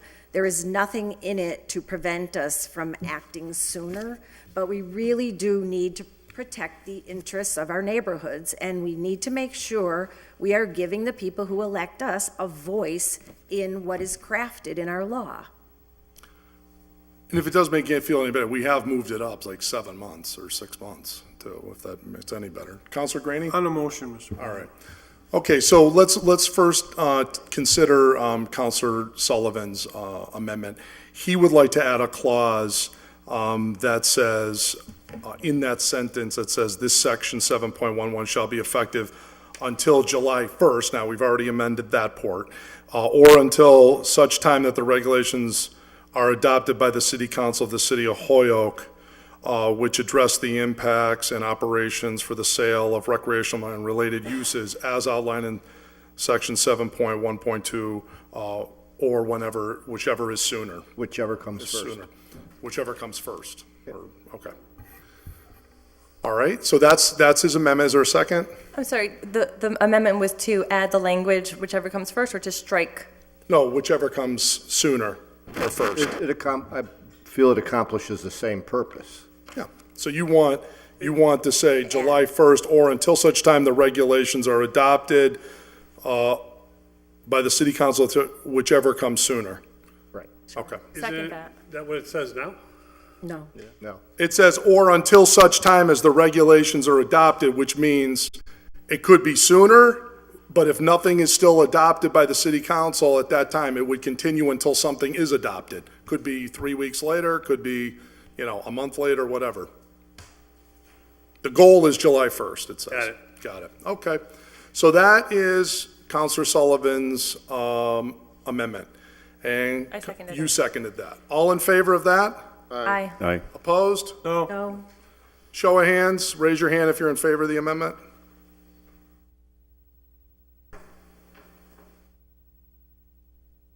Okay.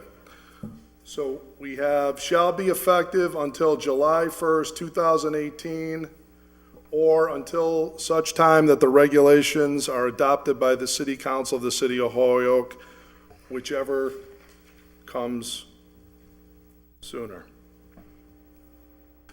Okay? All right. That motion carries. So this will be a hard stop on July 1st now, as a result of that amendment. Okay? Any other discussion? On adoption of the first reading? All in favor? Aye. Opposed? So moved. Motion to pass the second reading? Any discussion? All in favor? Aye. Opposed? No. So moved. Motion that the passage be ordained. Second. Motion's been made and seconded that the passage be ordained. There is no further amendments or discussion. The clerk will call the roll. A yes vote is on adoption of the ordinance as amended. A no vote is to deny it. Lisi, No. Lopez, No. McGee. Yes. McGivern, Yes. Roman, Yes. Sullivan, Yes. Tolman. Yes. Bacon, Yes. Valentine, No. Bartley, Yes. Graney, Yes. Jordan, Yes. Leahy, Yes. LeBron Martinez, No. 10 yeas, 4 nays. By your vote, you've approved the item, such as it is. There's plenty in there for everybody to dislike, or like, depending on your perspective. I guess that's compromise. All right.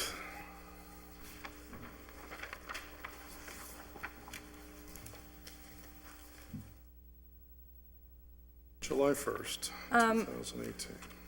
All right, Mr. President, yes. I'd like to proceed out of order, suspending necessary rules. To item number 41.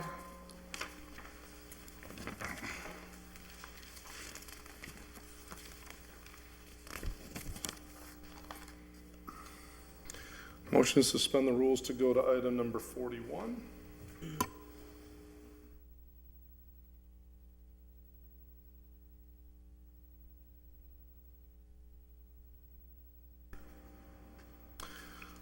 Motion to suspend the rules to go to item number 41, which is Councilor Lisi's order regarding a moratorium, her own moratorium, which says July 31st after she told us it should be July 1st, so I'm assuming you'll amend that. Okay. All in favor of suspending the rules to go to item number 41? Aye. Opposed, so moved. The City of Holyoke passed a moratorium on the approval of any recreational marijuana retailers. Moratorium would expire on July 31st, 2018, or until when the City Council crafts a local ordinance. Receive and send to ordinance. Motion's been made and seconded to receive and refer to ordinance.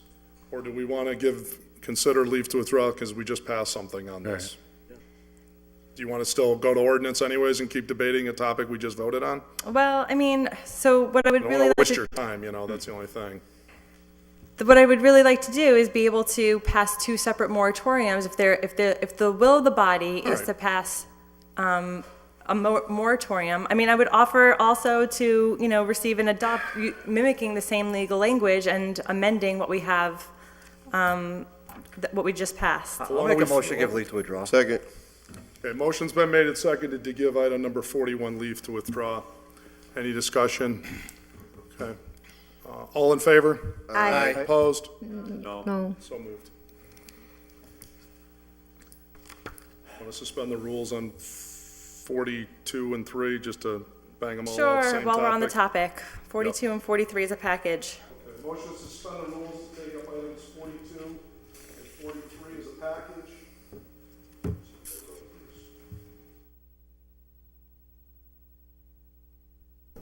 Motion to suspend the rules to take up items 42 and 43 as a package and take them up at this time. All in favor? Aye. Opposed, so moved. Both introduced by Councilor Lisi. City Council Ordinance Committee hold a joint public hearing with the Planning Board on the creation of zoning ordinances related to recreational marijuana cultivation and production. 43, City Council Ordinance Committee hold a joint public hearing with the Planning Board on creation of zoning ordinances related to recreational marijuana retail locations. Ordinance? Yes, receive, send to ordinance. Motion's been made and seconded to send those over to ordinance. Yes, Councilor Bacon? On that matter, I'll, support the motion for it to go to ordinance, but I want it noted that we do not control the scheduling for the planning board. We have asked many times, I've offered at every meeting to meet with them jointly, but I do not control their calendar. Thank you. And I believe they've made it clear in a memo that they don't want to have joint public hearings with us. Repeatedly. Well, that's why I'm making this specific request. We're always, I just don't control them. They decide what they will choose to schedule. just for the record, that practice ended at their request, not ours. Okay, motion on the floor is to send both of these to ordinance. Did you want to add anything? Under discussion. Sure, Councilor Lisi. So if it helps to make things clearer here, if you notice, I'm trying to pass local ordinances on both production cultivation and retail. the idea is if we were able to separate out the moratorium on production cultivation from a moratorium on recreational use, then it would be really clear. We pass zoning ordinances for production cultivation. We could lift the moratorium on production and cultivation. So, I mean, I think that it's very foolish to have all of the different uses bundled into the same moratorium. And also, I want to note that at a previous meeting at the beginning of the summer, I filed the same thing, only bundled together. And that would mean that we'd have to pass ordinances for production, cultivation, and retail in order to lift the moratorium. So, I mean, this is just, I think, in my opinion, a much neater way of doing things and a way of being able to... And you're an ordinance committee member, so I'm sure you'll have a vocal thought on how the process at ordinance committee should work, and you'll share that with the committee. Yeah, I mean, that's why I'm filing these in this way. Got it. And I just think that we should reconsider our actions and separate out the language on the moratorium, so we have two separate moratoriums, and I'll motion that next. All right, great. Motion on the floor is to send both of these two items to ordinance committee. All in favor? Aye. Opposed? So moved. No. Back to regular order. Motion to reconsider our actions on item number,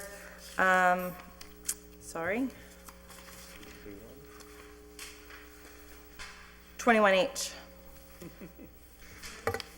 Okay. Motion's been made and seconded to reconsider our action on 21H. Okay. Let's see here. Well, show of hands, raise your hand if you want to reconsider our vote on 21H. 6, motion fails. Again, back to regular order. We're at 21I.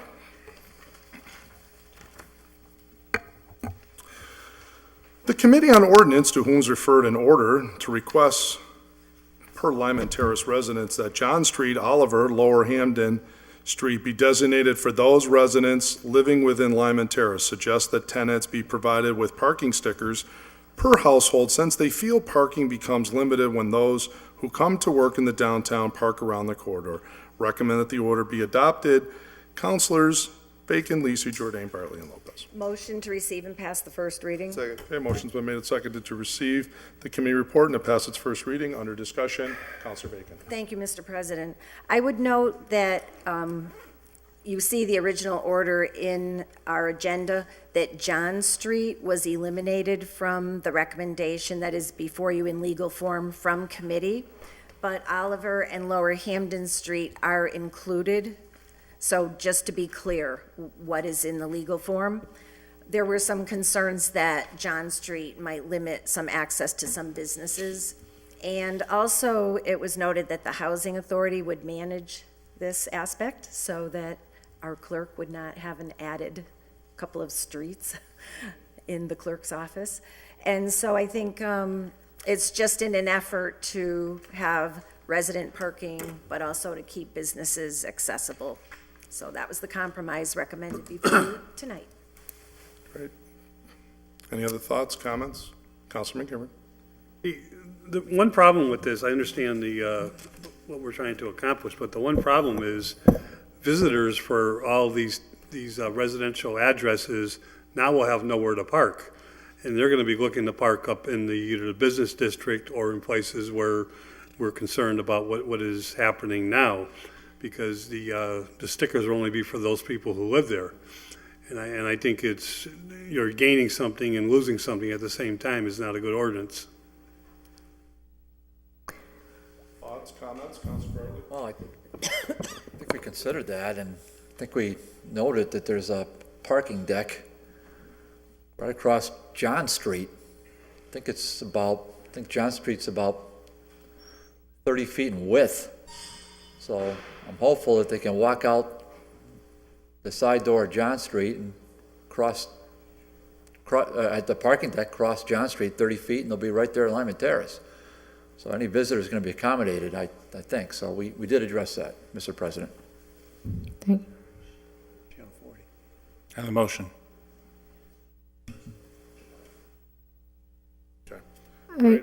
I'm sorry, Counselor LeBron. Yeah, I Martinez. just want to say that I remember during the time that this was requested by some of the residents there, and also because due to the constructions, and then they're also concerned after now it gets completely rehab, what's going to come again, which is the limitations. I thought about the fact that we have been just talking about how we're not utilizing our parkings in the local area enough to make the revenue that we need, because people are getting the free parking within the streets that, you know, if we could probably push some people to have to use these parking areas that we have, it'll probably also help the situation. But again, this is what the residents have shared, that they've seen people park there for the whole day, and sometimes they run around the block trying to find a parking for themselves. So this is why it came about. So thank you for adopting this order.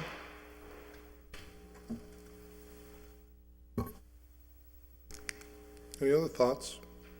Okay. All in favor of passing the first reading? Aye. Opposed? So moved. Motion to pass the second reading? Okay, motion's been made and seconded to pass the second reading. Any discussion? Hearing none. All in favor? Aye. Opposed? So moved. Motion that the passage be ordained? Second. Motion's been made and seconded that the passage be ordained. There is no further discussion. The clerk will call the roll. A yes vote is in favor of the ordinance changes. The no vote is to deny it. Lisi, Yes. Lopez, Yes. McGee. Yes. McGivern, Yes. Roman. Yes. Sullivan, Yes. Tallman, Yes. Bacon, Yes. Valentine, Yes. Bartley, Yes. Graney. Yes. Jordan, Yes. Leahy, LeBron Martinez. Yes. Unanimous vote. By your vote, you've approved the ordinance change. We already took care of 21J. This now brings us to 21K. Committee on Ordinance, to whom was referred an order that a fine for overtime parking be increased from $10 to $20 as requested by the department, and to review other violations. Have considered the same. Recommend that the order be adopted. Councilors Bacon, Lisi, Jordan, Bartley, and Lopez. Motion, Go ahead. motion to receive and pass the first reading? Motion's been made and seconded to receive and to pass its first reading. Under discussion, Councilor Bacon. Thank you, Mr. President. I would note that we are making this as a formal recommendation because there's revenue calculations based on it. We do have the remainder of the order tabled in committee so that we can take further action on other parking violations. There was a little confusion because of the general nature of other violations, but it was clarified that it's specifically parking. And so we didn't want to create an unintended consequence of rewarding one type of bad behavior and punishing the other. So we will be acting on that as promptly as possible and coming forward with additional ones that would go in tangent with this. And just to add what the chairman said, just so we're clear, this evening, you're only voting on the change of one fine, and that is relative to overtime parking, to increase it from $10 to $20 at the request of the department. So that is the one change that you're voting on this evening. The rest of the changes are still in committee. Right. Any other discussion? Hearing none. All in favor of passing the first reading? Aye. Opposed? So moved. Motion to pass the second reading? Second. Motion's been made and seconded to pass the second reading. Any discussion? Hearing none. All in favor? Aye. Opposed? So moved. Motion that the passage be ordained? Okay. Second. Motion's been made and seconded that the passage be ordained. There is no further discussion. The clerk will call the roll. A yes vote is in favor of the ordinance change, and no vote is to deny it. Lisi, Yes. Lopez. Yes. McGee. Yes. McGivern. Yes. Roman. Yes. Sullivan. Yes. Tallman. Yes. Bacon. Yes. Valentine. Yes. Bartley. Yes. Yes. Graney. Yes. Jordan. Yes. Leahy, LeBron Martinez. Yes. Unanimous vote. By your vote, you have approved the change in that ordinance. Mr. President? Motion to take up 21L and 21M as a package? Second. wait. Second. I'll recognize you next. That's fine. Councilor Middleton. Okay. Motion is to take, suspend the rules to take up 21L and 21M as a package.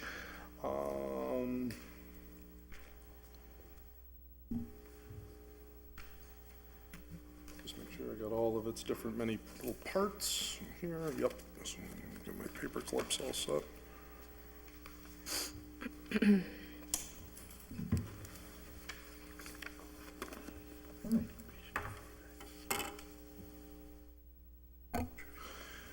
Okay, motion is to take 21L and 21M as a package. All in favor? Aye. Aye. Opposed? So moved. 21L is the Committee on Ordinance, to whom was referred a petition of Dennis Croto for a zone change of 79 Lower Westfield Road from the current Zone BL to proposed Zone BH. And the Committee on Ordinance 21M is to refer to petition of Dennis Croto for a zone change of 83 Lower Westfield Road from a current zone of R1A to a proposed zone of BH. And the disposition of the committee is to accept the withdrawal application without prejudice that was filed, as we saw earlier from the communication from Attorney Wilson. The applicant is requesting withdrawal of these two items, their application. Correct. And I would just note, we had continued the public hearing, and in order to have it ready for tonight's meeting, we had to continue it to immediately before this meeting, which is why the disposition was late. But the applicant did decide to withdraw of their own initiative, and so we're recommending to accept it without prejudice so that if they choose in the future to do something, there would be no delay. Okay. Any other discussion? All in favor of allowing the withdrawal? Well, actually, we'll take a vote, roll call vote, just because it's a zone change. I guess the motion would be to receive and adopt the recommendation of the committee. Right. Motion has been made and seconded to receive and adopt the recommendation of the committee to allow the applicant to leave to withdraw their application at the petitioner's request without prejudice. Clerk will call the roll. A yes vote is to allow that committee report recommendation. A no vote is to deny it. Lisi, Yes. Lopez. Yes. McGee. Yes. McGivern. Yes. Roman. Yes. Sullivan. Yes. Tolman. Yes. Bacon. Yes. Valentine. Yes. Bartley. Yes. Graney. Yes. Jordan. Yes. Leahy. LeBron Martinez. Yes. 13 yeas. By your vote, you have allowed the applicant to withdraw his application at their request. We had no Finance Committee reports, Public Safety, Public Service reports for this particular meeting, so that now moves us over to the DGNR Mr. Committee. President, can we just suspend the rules and just take 25C out of order, please? Second. Motion's been made and seconded to suspend the rules to take up 25C first. All in favor of that? Aye. Opposed? So moved. Item 25C, the Committee on Development and Government Relations, to whom was referred an order that the City Council, in accordance with Mass General Law 30B and the Holyoke Procurement Ordinance, vote to accept an offer from United Material Management to purchase a parcel of land located at 689 Main Street for $30,000. Said parcel contains approximately .47 acres and is described in the Holyoke Assessor's Records as Map 55, Block 0, Parcel 9, being more particularly described in deeds recorded in the Hampden County Registry of Deeds, Book 15715, page 166, and further described in Book 5493, page 108. The parcel is zoned general industry and has an assessed value of $24,600. The mayor's acceptance letter and additional information has been submitted to the council. Have considered the same. Recommend that the order be adopted. Councilors Bartley, McGivern, Tallman, and Roman. A motion to receive and adopt the committee report and accept the offer? Second. Okay, motion's been made and seconded to receive and adopt the committee report and to accept the offer of $30,000 for 689 Main Street. Under discussion, Councilor Bartley. Yeah, so this was part of the hearing we had on July 10th. We had there was a request for proposal made. There was one bidder. It's from United Material Management for, well, it was a little south of 30,000, but then I understand the purchasing director got him to increase his bid to 30. So the bid's $30,000 for 689 Main Street. And the proponent, Mr. LeMay, he's just been a great corporate citizen. I think most of us here, if not all of us, are familiar with him. And done some great work in Springdale, increased the size of his business, the scope of his business. We've been as supportive, I think, as we possibly could be, because, you know, frankly, in my opinion, he deserves it. So here he was the only bidder. The proposed use is to fence in the property and use it for storage for his business. I think, in conclusion, Mr. President, I'd be remiss if I didn't mention the outstanding work of Marcos and John and the OPED team, because really they're the ones that got this parcel ready to be sold. You know, but for their work in procuring federal reimbursement to clean up the brownfield site, I mean, nobody's bidding on this, Mr. President. It's just sitting there forever at another brownfield in Holyoke. So I really went out of my way, and deservedly so, to credit Marcos and John and the rest of the crew at OPED, and I'll do so again tonight. And with that, I'll answer any questions. Any other discussion? Hearing none. Clerk will call the roll. A yes vote is in favor of adopting the committee report and approving the sale. A no vote is to deny it. Lisi? Yes. Lopez? Yes. McGee? Yes. McGivern? Yes. Roman? Yes. Sullivan? Yes. Tallman? Yes. Bacon? Yes. Valentine? Yes. Bartley? Yes. Graney? Yes. Jordan? Yes. Leahy? Yes. LeBron Martinez? Yes. Unanimous vote. By your vote, you've approved the sale. Mr. President, Yes, Councilor I Valentin. was waiting before. You said you were going to recognize me. That's okay. Short-term memory This loss. is I apologize. This is good timing. No worries. Oh, good, yeah, thank you. What do Okay. you got? Do I have the floor? Yes, you do. Okay, so it's, I'm trying to figure out if it's a point of order or it's a reconsideration or where we're at right now, because I'm going back to 25B, 1 Cabot Street. Okay. And so when we look at the ordinance regarding real property disposition or acquisition, it says that for us to declare a parcel surplus, it's the 2/3 vote. But for the final approval of the disposition, that shall be granted by majority vote, which means 8 votes, which means since we had 9, it should have passed. And we tabled it thinking we needed the 10. So whatever that looks like logistically, Yep. I mean, clearly tonight we have the 9 and we needed 8 when we look at the ordinance. Does the law department concur with that? Okay. You had a chance to review that? Well, yeah, we were trying to figure out what happened. Okay. Okay, all right, okay, good. Well, we want to get to the right conclusion, that's the most important part. So you're saying that it's 2/3 again for the For surplus. surplus declaration, but the actual final sale is only 8? Okay. Correct. All right, thank you. Glad you, I would appreciate if you step in on those, but thank Counselor okay. Valentin That's all for, right. for pointing that out. team That's effort. good. That's We wanna- right. Yeah, we want to get to the right answer. Okay, that's important. All right, very good. So the matter is currently tabled, so, is there a motion to remove it from the table? Motion removed from the table. Item Counselor- 25B. Well, hold on a second. Counselor McGivern? Just a point of, I think, clarification, Mr. President. Sure. When we tabled it, we had not reconsidered it, so doesn't the vote just stand? No, we did reconsider our action on it. We had declared it as, We never took a vote on We never, yeah, reconsideration. because, Yes, we did. well, we Yes, did we reconsider did. it. We took a timeout.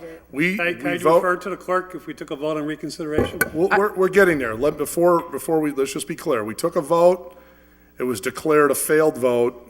There was a motion to reconsider. I Yep. believe you made it. That was approved by the body. Then a motion was made to table it. We then tabled it. So I would say at this point, we've reconsidered our action on it, and it's now tabled. We'd have to remove it from the table, which take 8 votes, and then if we want to cast a vote on it. And so I guess I'm sorry, my question is, when I said motion to reconsider, Councilor Lopez said that's not going to happen. When I said, will any of the noes change to yeses, and he said that's not going to happen, then I said, then let's table it so that it wouldn't die, right? But I guess my question, and that's why I started this by saying, is this a point of order at this point? It's like the vote was correct, but the way it was interpreted was not. So that's what resulted in the tabling. okay. So I just Point want to made. make Yeah, sure we get to the correct result, but in the same, in the right way. I think the bottom line is there was a motion to reconsider the vote. Once that occurs and that passes, that vote is null at that point.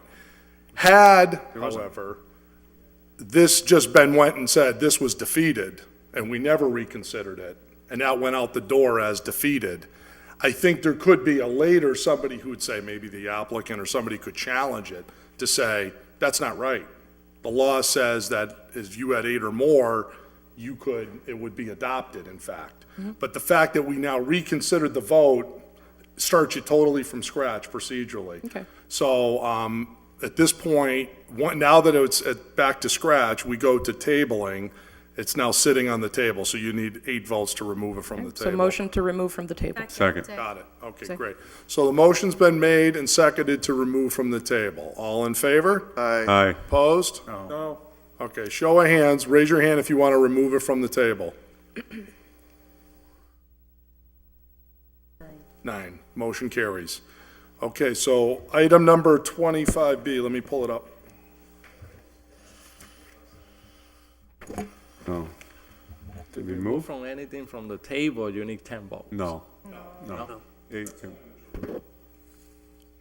Now the vote should just stand because it's already been voted on. We still got to vote all over? Consider that prior vote is gone. That's not true, because if you lay something on the table, the next meeting you take it up and the vote still stands. Yeah, still 10 votes. Can you tell us the vote for the We reconsideration? reconsidered to lay it on the table. We took a vote, we reconsidered that vote. On that, though, can you tell Now us? the item is voted now for that? back before us. We did. It was declared defeated, the item was reconsidered. No, it wasn't. It now comes back to you fresh. You can either vote again on it or take some other action. The council elected to take another action, which was to table it. We tabled it, we've now removed it from the table, it is now back right now in front of the council for a motion, as soon as I can pull the item back up, where somebody could make a motion to adopt the committee report and take a vote on adoption of this Motion to item. adopt the committee report. Second. Well, let me get the item up. Mr. President, Just a minute, let me get the item. It's in my pile, that was a long time ago. It was already adopted. On the cameras.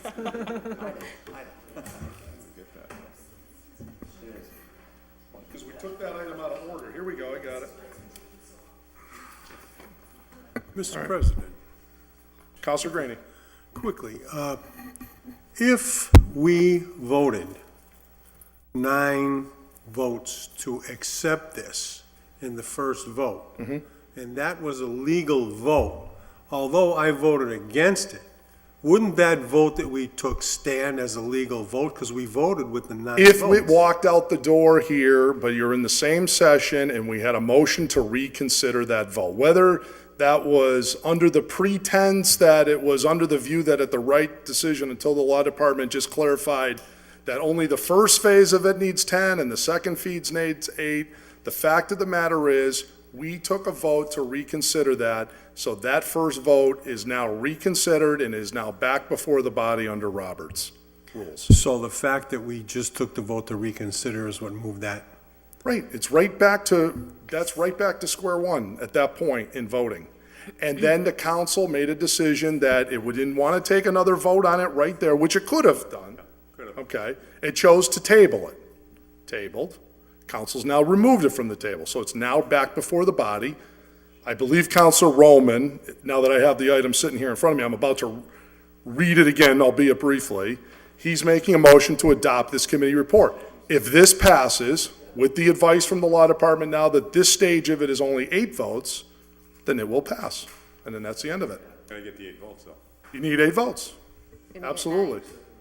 I seconded a Roman's motion. Yeah, okay, so we're all clear where we're at now? Okay, good.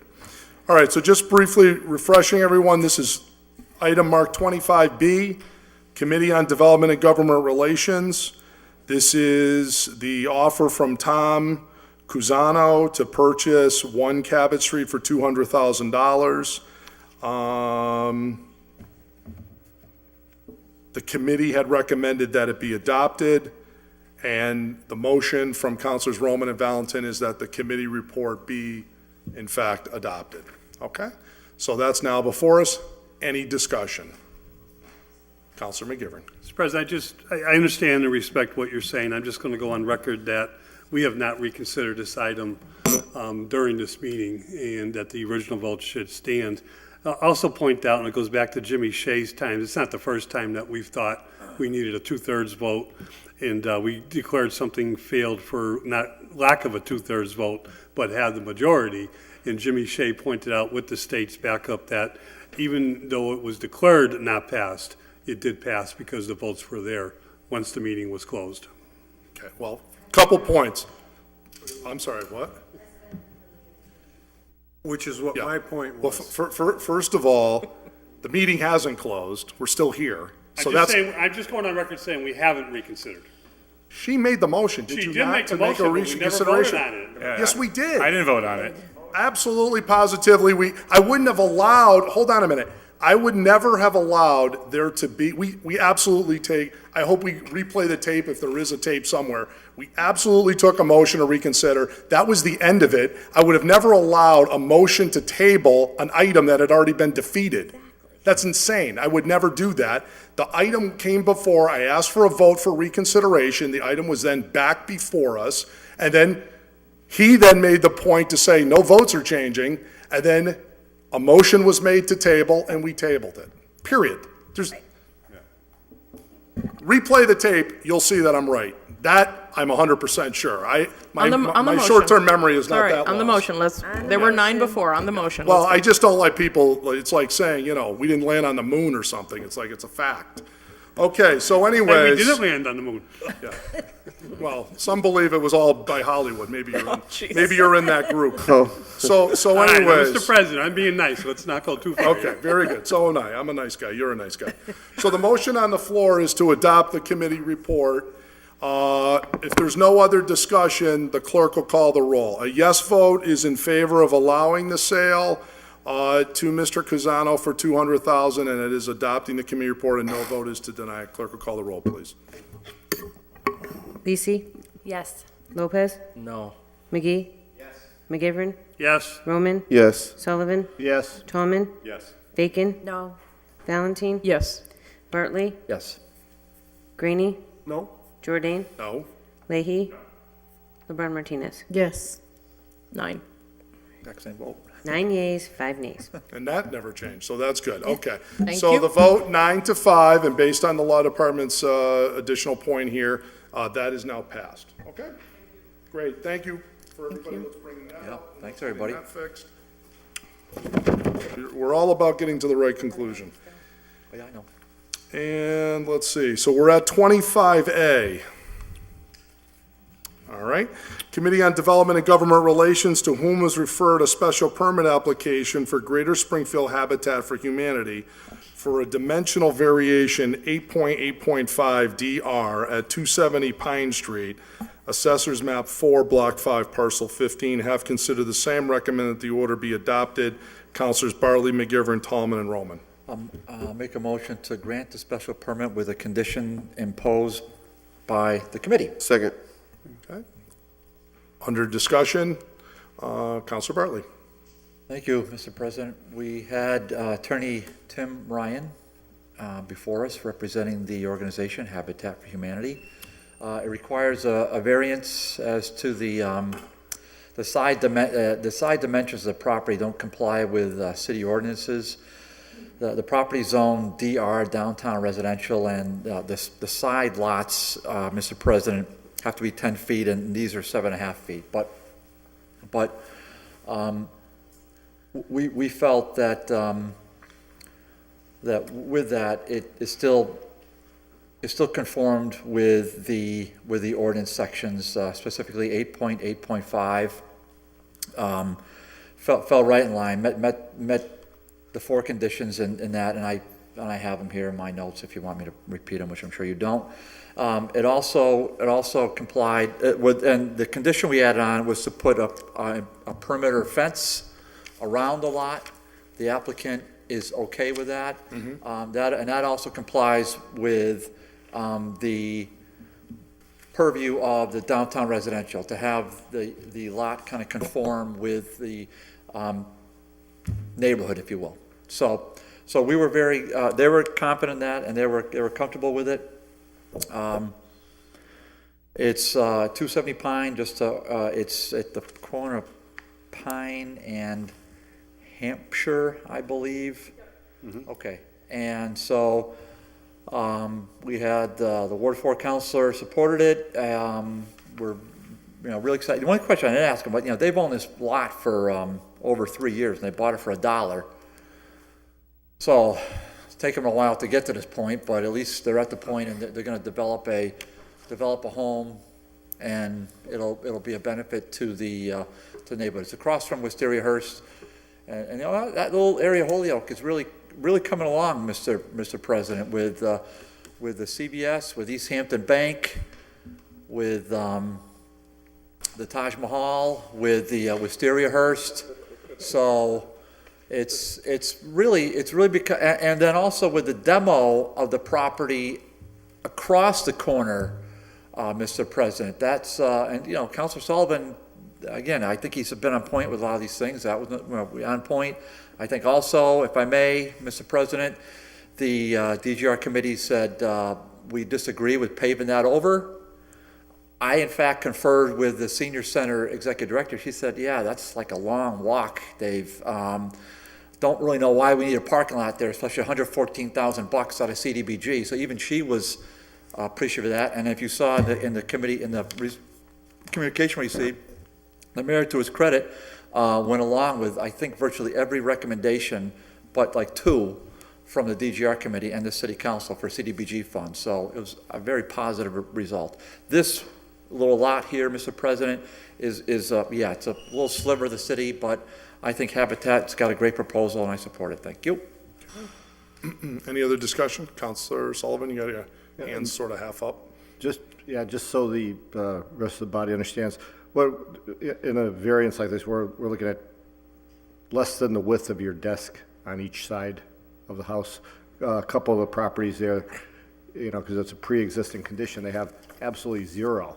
So at least here there's 7.5 feet. We're now holding them to 10 feet. That's a great project. We should go ahead with it. Great. Thank you. Councilor Tallman. Yeah, anytime you can put a property somewhere in a vacant lot like that, and that area really improve the neighborhood, it's a good thing. Absolutely. Okay. Motion on the floor is to adopt the DG&R committee report, which is to allow the special permit application for Greater Habitat for the Humanity at 270 Pine Street. Clerk will call the roll. A yes vote is in favor of adoption of the committee recommendation. A no vote is to deny it. Lacey? Yes. Lopez? Yes. McGee?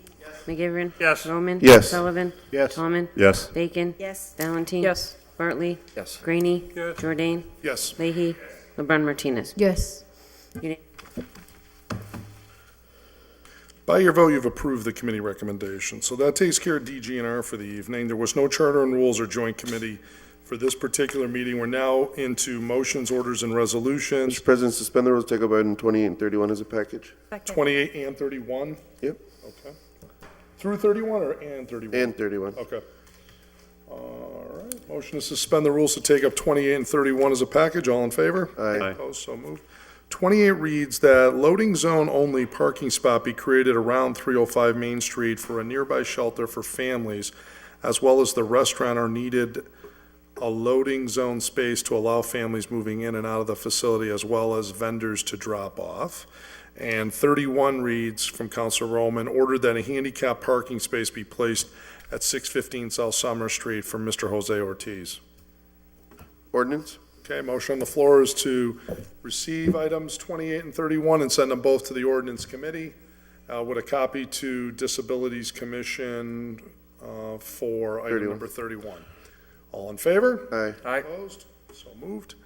Item number 29 from Councilor Roman, that the chief of police and the Holyoke Police Department provide a detailed breakdown of Operation Full Throttle and what streets and neighborhoods did these 400 arrests occur, if information could be provided back to the council within 30 days. Public safety? Okay, motion on the floor is to send to Yeah, public can you add my name safety. to that, Mr. President, please? Adding Councilor Bartley to this order. So motion on the floor is to send to public safety. Do you want to send a copy to the police? Yes, Mr. President. Send to public safety with a copy to the police. Mr. President. Yes, under discussion, Councilor. Just under Roman. brief discussion, I'd also like to make note that this body unanimously approved that data statistician position, so I would encourage the mayor to have ongoing conversations and lobbying, and I would encourage my colleagues to do so as well. I just received an email from a constituent in the Springdale neighborhood requesting from the police department information about a recent string of break-ins or even shootings in South Holyoke. Just the neighbors want to start knowing about these data around crimes, and the police department can't get it to them. So I would encourage my colleagues, if you could all as well advocate and lobby the mayor. We approved it unanimously as a body, but this would cut out a lot of us filing these orders and requesting it from the department. I know that's probably going to get lost in that shuffle of data as well, but this is really going to help us in reducing crimes in neighborhoods who have seen uptick. So thank you. Okay, great. All in favor of sending to public safety with a copy to the police? Aye. Opposed, so moved. Item number 30 from Council Roman, that the DPW repaint parking lines on Main Street from 391 and Main to Appleton Street. Send to DPW. Second. Motion's been made and seconded to receive, adopt, and refer to the DPW. All in favor? Aye. Opposed, so moved. 31's all set. 32. Introduced by Councilor Roman, the Joint Committee of the City Council and School Committee review and make recommendations to the full City Council regarding the appropriation of funding for the Accelerated Repairs Project to repair Sullivan, Morgan, Kelly schools. The matter is time-sensitive, need to be approved before August 30th. Joint committee. Okay, motion's been made and seconded to receive. With a copy to the treasurer's office. Yeah, and we're meeting the Monday before it. So the joint committee's meeting Monday, and then the special meeting's Tuesday. So make sure you coordinate with the clerk, whatever needs to be written on that special meeting agenda. Okay, all right, great. Motion on the floor is to send 32 to the joint committee with a copy to the treasurer. All in favor? Opposed, so moved. Item number 33 is introduced by Councilor Sullivan, that the local historic district be established consisting solely of the parcel encompassing Montedella Church and Rectory. Furthermore, that a study be undertaken by the Fairfield Historic District and completed by September 1st. This building is of significant historical and architectural value. We must move quickly as demolition seems imminent. We have lost too much of our history to fires and the wrecking ball, and MD offers tremendous potential for the continued revitalization of our city. Ordinance? Mike, can I sign on that with you? Yes. Could I be And my added name as a as well. co-sponsor, please? Adding Counselor Vacan, adding Counselor Lisi. Did I miss anybody else? Counselor Valentin, Leahy. Leahy, Counselor Bartley. Bartley, Myself, Gladys. LeBron Martinez. Why don't we Like just vote Gladys on it? gets Why her don't we first just name? vote on it Just tonight? what's up with that? She got the double last name. It's too long. As co-sponsors. Make a motion, we vote on it tonight? It's got to be brought into legal I form. think it needs a public I hearing. think you're also required to have a public hearing. There's a number of rules related to that. Okay. Motion on the floor is to send 33 to ordinance. All in favor? Aye. Opposed? So moved. 34, introduced by Counselor Sullivan, that the Holyoke Police Department use their authority under Mass General Law, Part 1, Title 17, Chapter 123, Section 35, to protect any person who has lost the power of self-control, is dangerously injuring their own health. This law allows for the commitment of an individual to a public or private facility by the court for care and treatment after a hearing. Public safety? Yes. Okay. Motion on the floor is to send this to the Public Safety Committee. And a copy to the law department, please. Copy to the Law Department, copy to the Police Department. Any discussion? All in favor? Aye. Opposed? So moved. Item number 35, introduced by Counselor Sullivan, that the City Council present our representatives in Boston with a resolution in support of Sheriff Cochey's plans for a substance abuse and recovery facility at Hampden County House of Correction. Current programs lack adequate follow-up and none are located in Western Mass. Can I be added onto that? Sure, adding Counselor Leahy. You want to send a DGNR just for a discussion, so maybe you can get a couple bullet points as to like what the new program is, and then at the next meeting, we could pass something, or? Yeah, I can tell you, I met with Sheriff Cochey in Ludlow, along with the Holyoke Police Chief and Lieutenant Reyes, and they're very much in favor. They have the space down there for it. They just don't have the funding. They have the people that can handle the training and the counseling. The biggest problem right now is everything that gets referred to them goes to the other end of the state, and there's the people are put on a bus back here to Western Mass, and there's no monitoring, no follow-up on the situation at all, and that's one of the big failures in the system right now. And the sheriff is seeking that funding, and I think it'd be good for us to get behind him now and give him that support, and to put the pressure on our representatives to do so as well. Sure. Can I be added to that one, too? Yeah.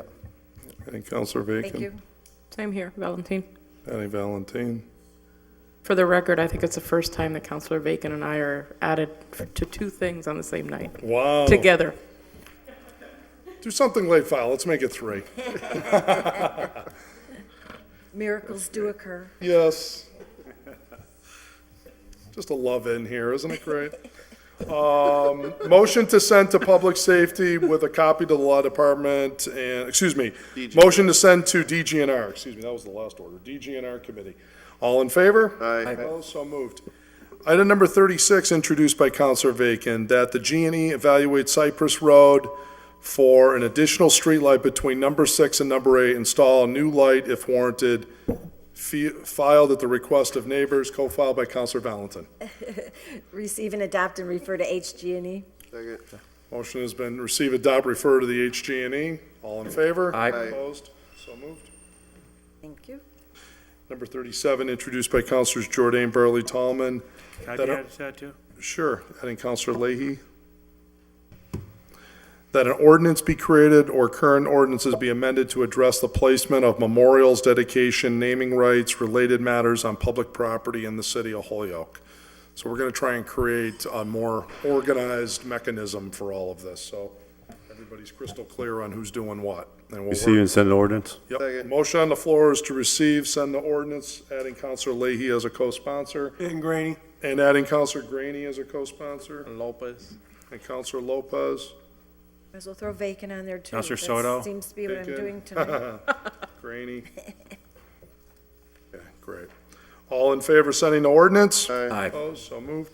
Item number 38 is introduced by Counselors Jordan and Bartley, that the City Council suspend Rule 1 to move our second September meeting from September 19th to one night later, that'll be a Wednesday, with the same time at 7 PM so that we can do the Holyoke Day celebration at the Big E. Receive and approve. Okay, motion's been made and seconded to receive and approve.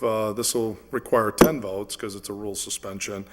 We have just coincidences habit. Holyoke Day happens to be on the third Tuesday in September, so to be able to celebrate that and participate, I'd like to move the meeting to the Wednesday at 7, same time, everything else, okay?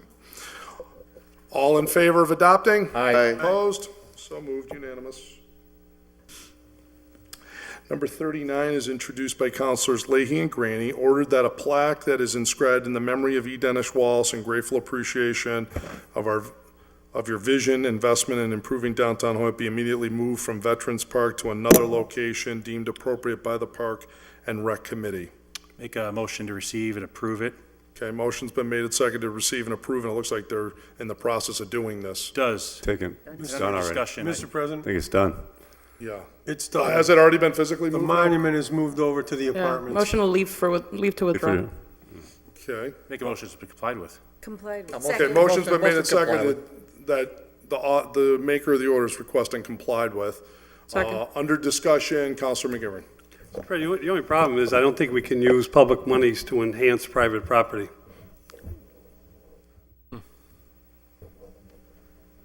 You mean using the city DP? you know, Who moved everything? Who No put it- harm, no foul, but I don't think you can do it.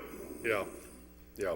Another late file order. Memorials, and I think it goes to this ordinance that I think we need more clarity on all this, and we need to set up good guidelines, because it is, Yeah, Mr. President, we'll do this in ordinance. Let's just do it. we'll in get ordinance. through that weighty Yeah. issue. Yeah, Mr. so I get President, under discussion now? Counselor Just Leahy, make yes. the order.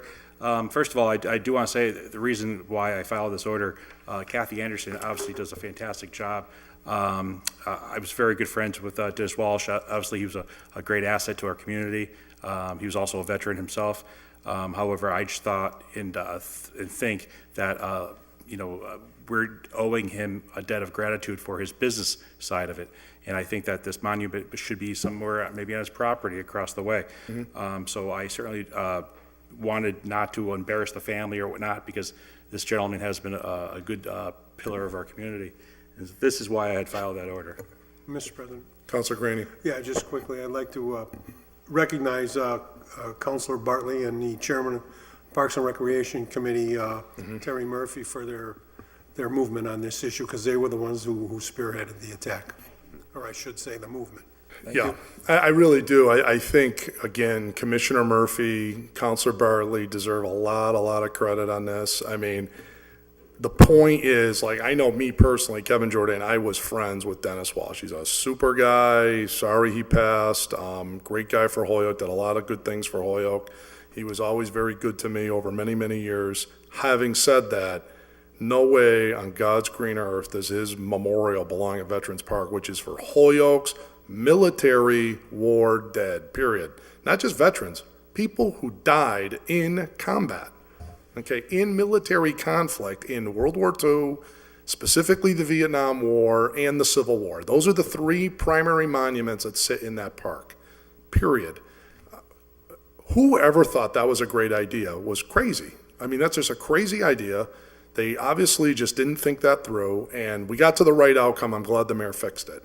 But that was, but in fairness to Dennis Walsh, it certainly deserves some sort of something in town, but that just was not the right thing. But we got to the right conclusion at the end, and it all worked out. And Dennis will get his just deserves, and we're all moving forward. Councilor McGivern. I just speak in favor of honoring Dennis myself. I actually met Dennis in this very room in 1980, and I want you all to note this. When the redevelopment committee met on Friday night to accommodate Mr. Walsh when he wanted to redevelop the Caledonian building itself, and he could only get here on Friday from Boston. And the redevelopment committee met with him. He's a fantastic person. That's 40-something years of developing and putting his money into the city of Holyoke, and it deserves to be commended. Mm-hmm. Yep. Okay, all in favor that the order's been complied with? Aye. Opposed? So moved. Item number 40 is introduced by Councilors Leahy and McGee that the city of Holyoke make a major push towards recycling in public areas by all parks have a recycling container, a blue one on wheels labeled consistently citywide so they're recognized by the public. All school playgrounds and fields have recycling containers, that any store that requests a DPW-provided recycling container be located at the entrance to promote recycling.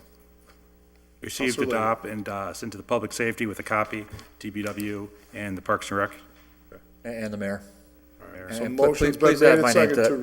receive, Oh, I'm sorry. adopt, refer to the DPW and mayor with a copy to the Public Safety Committee. Can I add my name, please? Adding Councilor Valentin. With the Counselor maker's Bartley. permission, can I be too, Mr. President? Sure, Valentin, Lacey. Lacey, Roman. Bartley. We're gonna have check boxes on the left or right side of these. Under discussion? Under discussion, Councilor Leahy. Yeah, thank you. So I filed this order on behalf of a constituent, and the constituent was at the same Blue Sox baseball game that I was at, and we both noticed that there was maybe one or two recycle bins, but nonetheless, children and adults were throwing away their beer and soda cans in the trash. I think the city of Holyoke does an excellent job on recycling. We make a lot of money on it. However, I think we could do a much better job. I mean, for instance, we deal with paper just in this room. Look around, there's not a recycle bin in this room. Okay, so there's one that's hidden. So, I think we should have more. And what we should also do is there's one across the hall in front of Tony DeLude's office, but there's not a trash can next to it. So people walk by and throw the trash. So you have to marry them. You have to have them in couples. What were they doing with the beer and the soda cans? Throwing them in trash. They're picking them up at the end of the If game. they put those on the side, Jordan would come by and I would pick those up. I return soda bottles, I return cans. I mean, you need everybody knows You need a me. permit for that, Those are Jordan. You nickels need a being permit. thrown away. Just tell the Blue Sox, put those on the side. Jordan will be over. Special permit. Councilor Roman. Okay, adding Councilor Roman as a co-sponsor. I'll be over. All right, great. All in favor of adopting that and sending it to the DPW, the mayor, with a copy to the Public Safety Committee? All in favor? Aye. Opposed? So moved. Okay, wonderful. And 41's all set, 2, 3's all set. 4 brings us to an order introduced by Councilor Lopez that the Ordinance Committee create an ordinance for an Adopt an Island program with the following intersections in the city, near 391 in Maine, Whiting Farms by Kmart, entrance to the mall, Hamden and Northampton, Dwight, Northampton Street Beach in Northampton, and others. Also that a $200 fine for trespassing, leaning against any city signs, post, or hanging anything to the signs, plus a no litter sign be erected at all intersections. This program will run or be managed by the TBW with enforcement from the police. Ordinance? Yes, please. Okay. Motion, any discussion? Counselor Bacon? I was going to be a co-sponsor on this, Okay. but I didn't get it into the clerk in time. All right, adding Counselor Bacon as a co-sponsor. Graney, Roman? could, if the mayor will. Okay, adding Counselor Graney. Counselor Roman? Just only if we could send a copy to the mayor's office. The only reason why I asked is because I know on 391, and I've been dealing with it, so I think this is a great order. So I too would like to be added as a co-sponsor. Sure. I know that there's currently an existing Adopt an Island and Planter program that's being managed out of the mayor's office. If we could just send a copy over there as Sure. well. But I know it's difficult to get one adopted, or you have to, it's kind of like, you know, it reminds me of ancient Trojan war times. You have to go put your flag in the pot if you want it, and if you don't get there in time, somebody could, it's a mess. Yeah. So I think this is a good order, and I thank the maker of the order for filing it. I just would like to send a copy to the mayor's office because Sure. they currently It's a manage good that idea. program. Good And I only idea. know because I know Marcus Printing and the Pioneer Valley Railroad Association have an island right off of 391 on Main Street. So it'd just be good to see what's going on currently. Okay, Counselor Bacon? Thank you. And I've also gotten some feedback from constituents on the condition of some that have been adopted. And their impression is that it's sort of like a recycled letter that goes out once a year, and that's kind of about it. And if it is intended to be sort of a welcoming gateway into certain areas of the city, that we want them to look good. Great. Thank you. Counselor Sullivan, did you have your hand up? Okay, Counselor Bartley? Yes, thank you, Mr. President. I know it's late, but I'd be remiss if I didn't point out, just my humble opinion, and I mean, this is my 6th year here, heard a lot of folks come up to that microphone. I pay attention to all of them. I take notes on all of them, every single one, even your studious notes. they're repeat performers, of which there are numerous. But I have to say, I thought the one we had tonight from, I jotted, I can't read my writing sadly, but J.B. Breslin from 50 Brislin, yeah, Holy, James Brislin, yeah. Holy Family. I've got to say, that was really good. He's very articulate. It was good. Yeah, really good. And he hit this point about, the issue we have with, here he is, a young couple coming from Connecticut, and they're living up a Holy Family. It's not a great look. I mean, everybody here respects our fellow people in Holyoke, no matter what they do. That's not the point. We respect it. We know the police were out there. Chief was sitting right here, said we want to help them. They just get out of my face. I sent you a photograph that I took of a state trooper having a conversation with a gentleman at the top of 391 Yes. 2 weeks ago. Gentleman never left. State trooper left, but he never left the site. So I just thought, his points were good. Thank you. Yep. And with a, I just want to actually. yes, Counselor Lisa. Since we're talking about the wonderful points that that speaker made, I do want to point out that he cited the exact same program that I had mentioned and filed an order, which I believe is in the Public Service Committee, to develop some sort of model, public-private partnership in which we can start to address the panhandling issue by offering people who are panhandling other opportunities for meaningful work and employment in the city. There's models out there, and I hope that we can do our best to replicate something. To me, it's very similar to what BIDS are doing in Springfield and in other cities. Yeah. We have so many stops that we can start with panhandlers. There's so many that need jobs, If we could just get the van at every corner in Holyoke, there's a lot of jobs that need to be done. I hope the mayor really starts that. Yeah. Hopefully we'll be seeing that soon, and we'll have the unemployment rate right down to zero in no time, because people will be sweeping the streets.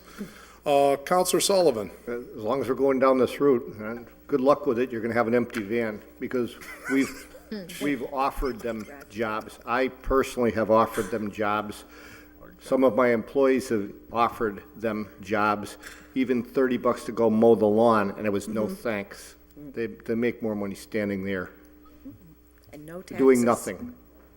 Tax-free. Mr. President? Tax-free. Yep. I'm sure it's some college class somewhere that somebody did a demonstration project that says that works, but Well, go ahead. Whatever we do, we have to be careful, because I have an article here that's cost the city of Worcester $475,000 because the ACLU won a case against the city. That was supporting just the the lawyer panhandle. fees, Howie. Just a lawyer fee. That was just a lawyer fee. Oh, yeah. That never- That wasn't the settlement. I mean, Settlement was $1 million. there's a long history on it. I mean, if you actually go and read the general laws, I actually had constituents call me and say, why don't you look at the general laws? There actually are general laws on the books. I think it's under Chapter 43 where all the vagrancy laws and all this, that if you read those, it like absolutely makes illegal everything that's going on out here. There's all these state laws. You wonder why this isn't enforced or that, but it's all of this, it's an evolving area of law, and the courts don't really quite know where they want to go. You need high authority. You're getting these local district court decisions, and Supreme Court is going to need to weigh in at some point on limitations on all this. What is reasonable, what is not reasonable. So we'll get there eventually. Some of these municipalities should be appealing these cases so we can get judicial review at higher level, one would hope. All right, but as it relates to Holyoke City Council on item number 44, we know it's going to the Ordinance Committee with a copy to the mayor. And we've added Councilors Vacan, Graney, and Roman as co-sponsors. All in favor? Aye. So moved. And we have now item number 45 from Councilor McGee, that the speed limit on Bemis be reduced from 30 to 20 in order to better address speed and public safety issues. Ordinance? Yep. Motion on the floor is to send to ordinance. All in favor? Aye. Could I add on to that? Sure. And Please, Councilor Tallman as a co-sponsor. I think we brought this up a couple years ago and tried to get that changed up there, especially the sign coming down Bemis. So it is becoming an issue, especially lately with a lot of new families up there, up by Bemis, and the traffic is going sort of fast up there. Sure. On sending it to ordinance, all in favor? Aye. Opposed, so moved. 46, introduced by Councilor McGee, that the police speed radar machine be placed at the following locations when time permits: Pleasant Street, Madison Avenue, Dartmouth Street, Vadnais, George, Jefferson, and Allen Street. Receive, adopt, send to the police department. Motion's been made and seconded to receive, adopt, refer to the police. All in favor? Aye. Aye. Opposed? So moved. Item number 47, introduced by Councilor McGee. Whereas there are several traffic light and crosswalking signal failures throughout the city, in order to properly address the public safety issues with regard to traffic light and crosswalk intersection failures, it is requested that the DPW and fire department provide different bonding options for replacing and repairing the traffic light crosswalks in the city. The option should be provided to the city council as soon as possible. Send to finance for the copy to DPW and the alarm division. Motion's been made and seconded. Second. Send to finance with a copy to the DPW and alarm division. Any discussion? Councilor McGee. Just quickly, this is not new to us. We've been battling this one for quite some time, but I did receive some disturbing news. The intersection at Dwight and Northampton, right near the fire station, Walgreens, Lynch School, it's dead. The crosswalk, dead. It'll cost about $40,000 to replace it, of which I was told that if you were to replace it with the $40,000, it would not last long because the wiring under the street that goes to the lights, as well as the fire station, is bad, and therefore it'll burn it out, so it'd be a waste of $40,000. So you have an issue with the wiring that is old, you have an issue with the signals that are old, and just recently trying to cross the street with my kids, it is dangerous. Not just my kids, everyone trying to walk across that intersection. You have lights that are turning on right, turning on left. It's a zoo. Yep. It's just a matter of time before someone gets hit. And it's not getting replaced anytime soon based on that news that the wiring is shot. It has to be acted on soon. So my request to them, they know it, that's why I wanted ASAP, is bond for fixing all the lights throughout the city, a bond to fix some of them, taking parts from others that we are taking offline, we can steal the parts. We got to figure it out quickly. We got problems, so I want this done ASAP. Counselor McGivern. Good points, good order. If we could just add some state representation to this for two reasons. One, the particular intersection Councilor McGee's talking about is on Route 5, and it's the end of the off-ramp of 91. Dollars should be available because a lot of those lights are put in by the state and federal dollars themselves. The DGR committee met with the state, I think it was last year, Councilor Bartley, or maybe a year and a half ago, and the downtown is on a short list for an entire project of lights that would include real pedestrian cross lights and not the 10-second run light that we have out here now. To run and then, cars can go after you. So I think it's a great point, and it's a false sense of security, the way some of our pedestrian cross signals are set up. Just Counselor Sullivan? Oh, I'm sorry. This is Lynch School Crossing, right? That's one of them, Well, that's 141 also. I mean, those are both state routes right there. I mean, 2020, folks. We had this in finance. 2020, they'll draw the engineering map to it. That's not guaranteeing that's going to go in. That's from Mike McManus. 2020, addressing those two issues. question? I understand, but sometimes you gotta light the fire under the delegation that has to go to election next, not this coming November, but next election. And look for some help. Counselor Sullivan, do you want to add something? I don't know if a copy to public safety so we can get them in too, Sure. Yep. Okay, so the motion on the floor is to send to finance with a copy to the DPW alarm and public safety and have a discussion with the state delegation as well. All in favor? Aye. Opposed? So moved. Item number 48 is introduced by Counselor McGee. Order that the DPW cut back the overgrown lawn and trees under the bridge on Bemis. 4849, receive as a package, receive, adopt, send to DPW. All right, motion on the floor is to suspend the rules to take 49 with 48. All in favor? Aye. So moved. 49 is that the DPW clean up the middle islands on Cherry where the flour barrels are located. And Counselor McGee is looking to have both 48 and 49 adopted and sent to the DPW. All in favor of that? Aye. Opposed? So moved. Item number 50 is order that the Park and Rec Department inspect all playscapes at all parks in the city to make sure they're in good order. Certain parks have still broken equipment spray painted on. A report on the parks and their status is due back to the city council in 3 weeks. Receive, adopt, send to Park and Rec. Can I be added as a co-sponsor? Yes, public Thank you. service. Yep. Can I be added on as well? Yeah, and Counselor Leahy. Copy to the CPC, CPA, yeah. the Community Preservation Committee. Which is a great, and actually, I know it's tongue-in-cheek, but perhaps, but. Well, no, it's, Okay. that's his purview. Right. The only, I did want to also point out, I'm going to try and get that going now that looks like we got about 7 members appointed of the 9 at this point. So I'm going to try and gather the people who have appointed to get that going. Who's missing? Housing Authority? Housing, and there's one more. Parks? Park and Rec. So those are the 2 missing at this point. All right, very good. So motion is to adopt this and to send this over to Park and Rec and the CPA Committee. An order introduced by Councilors McGee, Jordan, Leahy. All in favor? Aye. Opposed? So moved. We have 2 late file items. Oh, great. One is one that I alluded to earlier, is late file that the police chief and treasurer notify the council immediately if Officer Ribeiro was placed on injured on duty as a result of the injury sustained on April 29, 2017 incident with Commissioner Hopewell.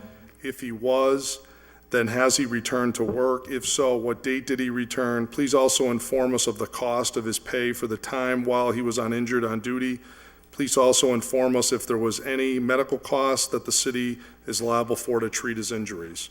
So I'd ask that we suspend the rules to take a final action on this item. All in favor? Aye. Opposed? So moved. I'd request that this be receive, adopt, and refer to the police chief and treasurer for a report. So moved. Okay. Speaks for itself. All in favor? Aye. Opposed? So moved. Late file B is introduced by Councilors Valentin and Jordan. that Holyoke Media is invited to the Public Service Committee meeting to offer an update on the planned improvements to the broadcasting of city council meetings. Motion is to send this to the Public Service Committee with a copy to Holyoke Media, Community Media. Yes, Councilor McGivern. Did you say Valentine and Jordan? Oh, yeah, we filed. Miracles do happen, right? Oh, That's all the 3 time. tonight. We're best buds over here. So, motion on the floor is to send to public service. All in favor of that? Aye. Opposed? So I moved. filed it, he liked that he put his name on it, what can I say? Hopefully they have better luck than finances He had. has nicer printing than I do. You can tell it was she who wrote it. Everybody has nicer printing than you and I. Yeah, I know. Unfortunately, we have no more items. You have to go home Motion now. to So adjourn. motion to adjourn would be in order. All in favor? Aye. Opposed? So moved. And we did vote to adjourn. Have a good evening.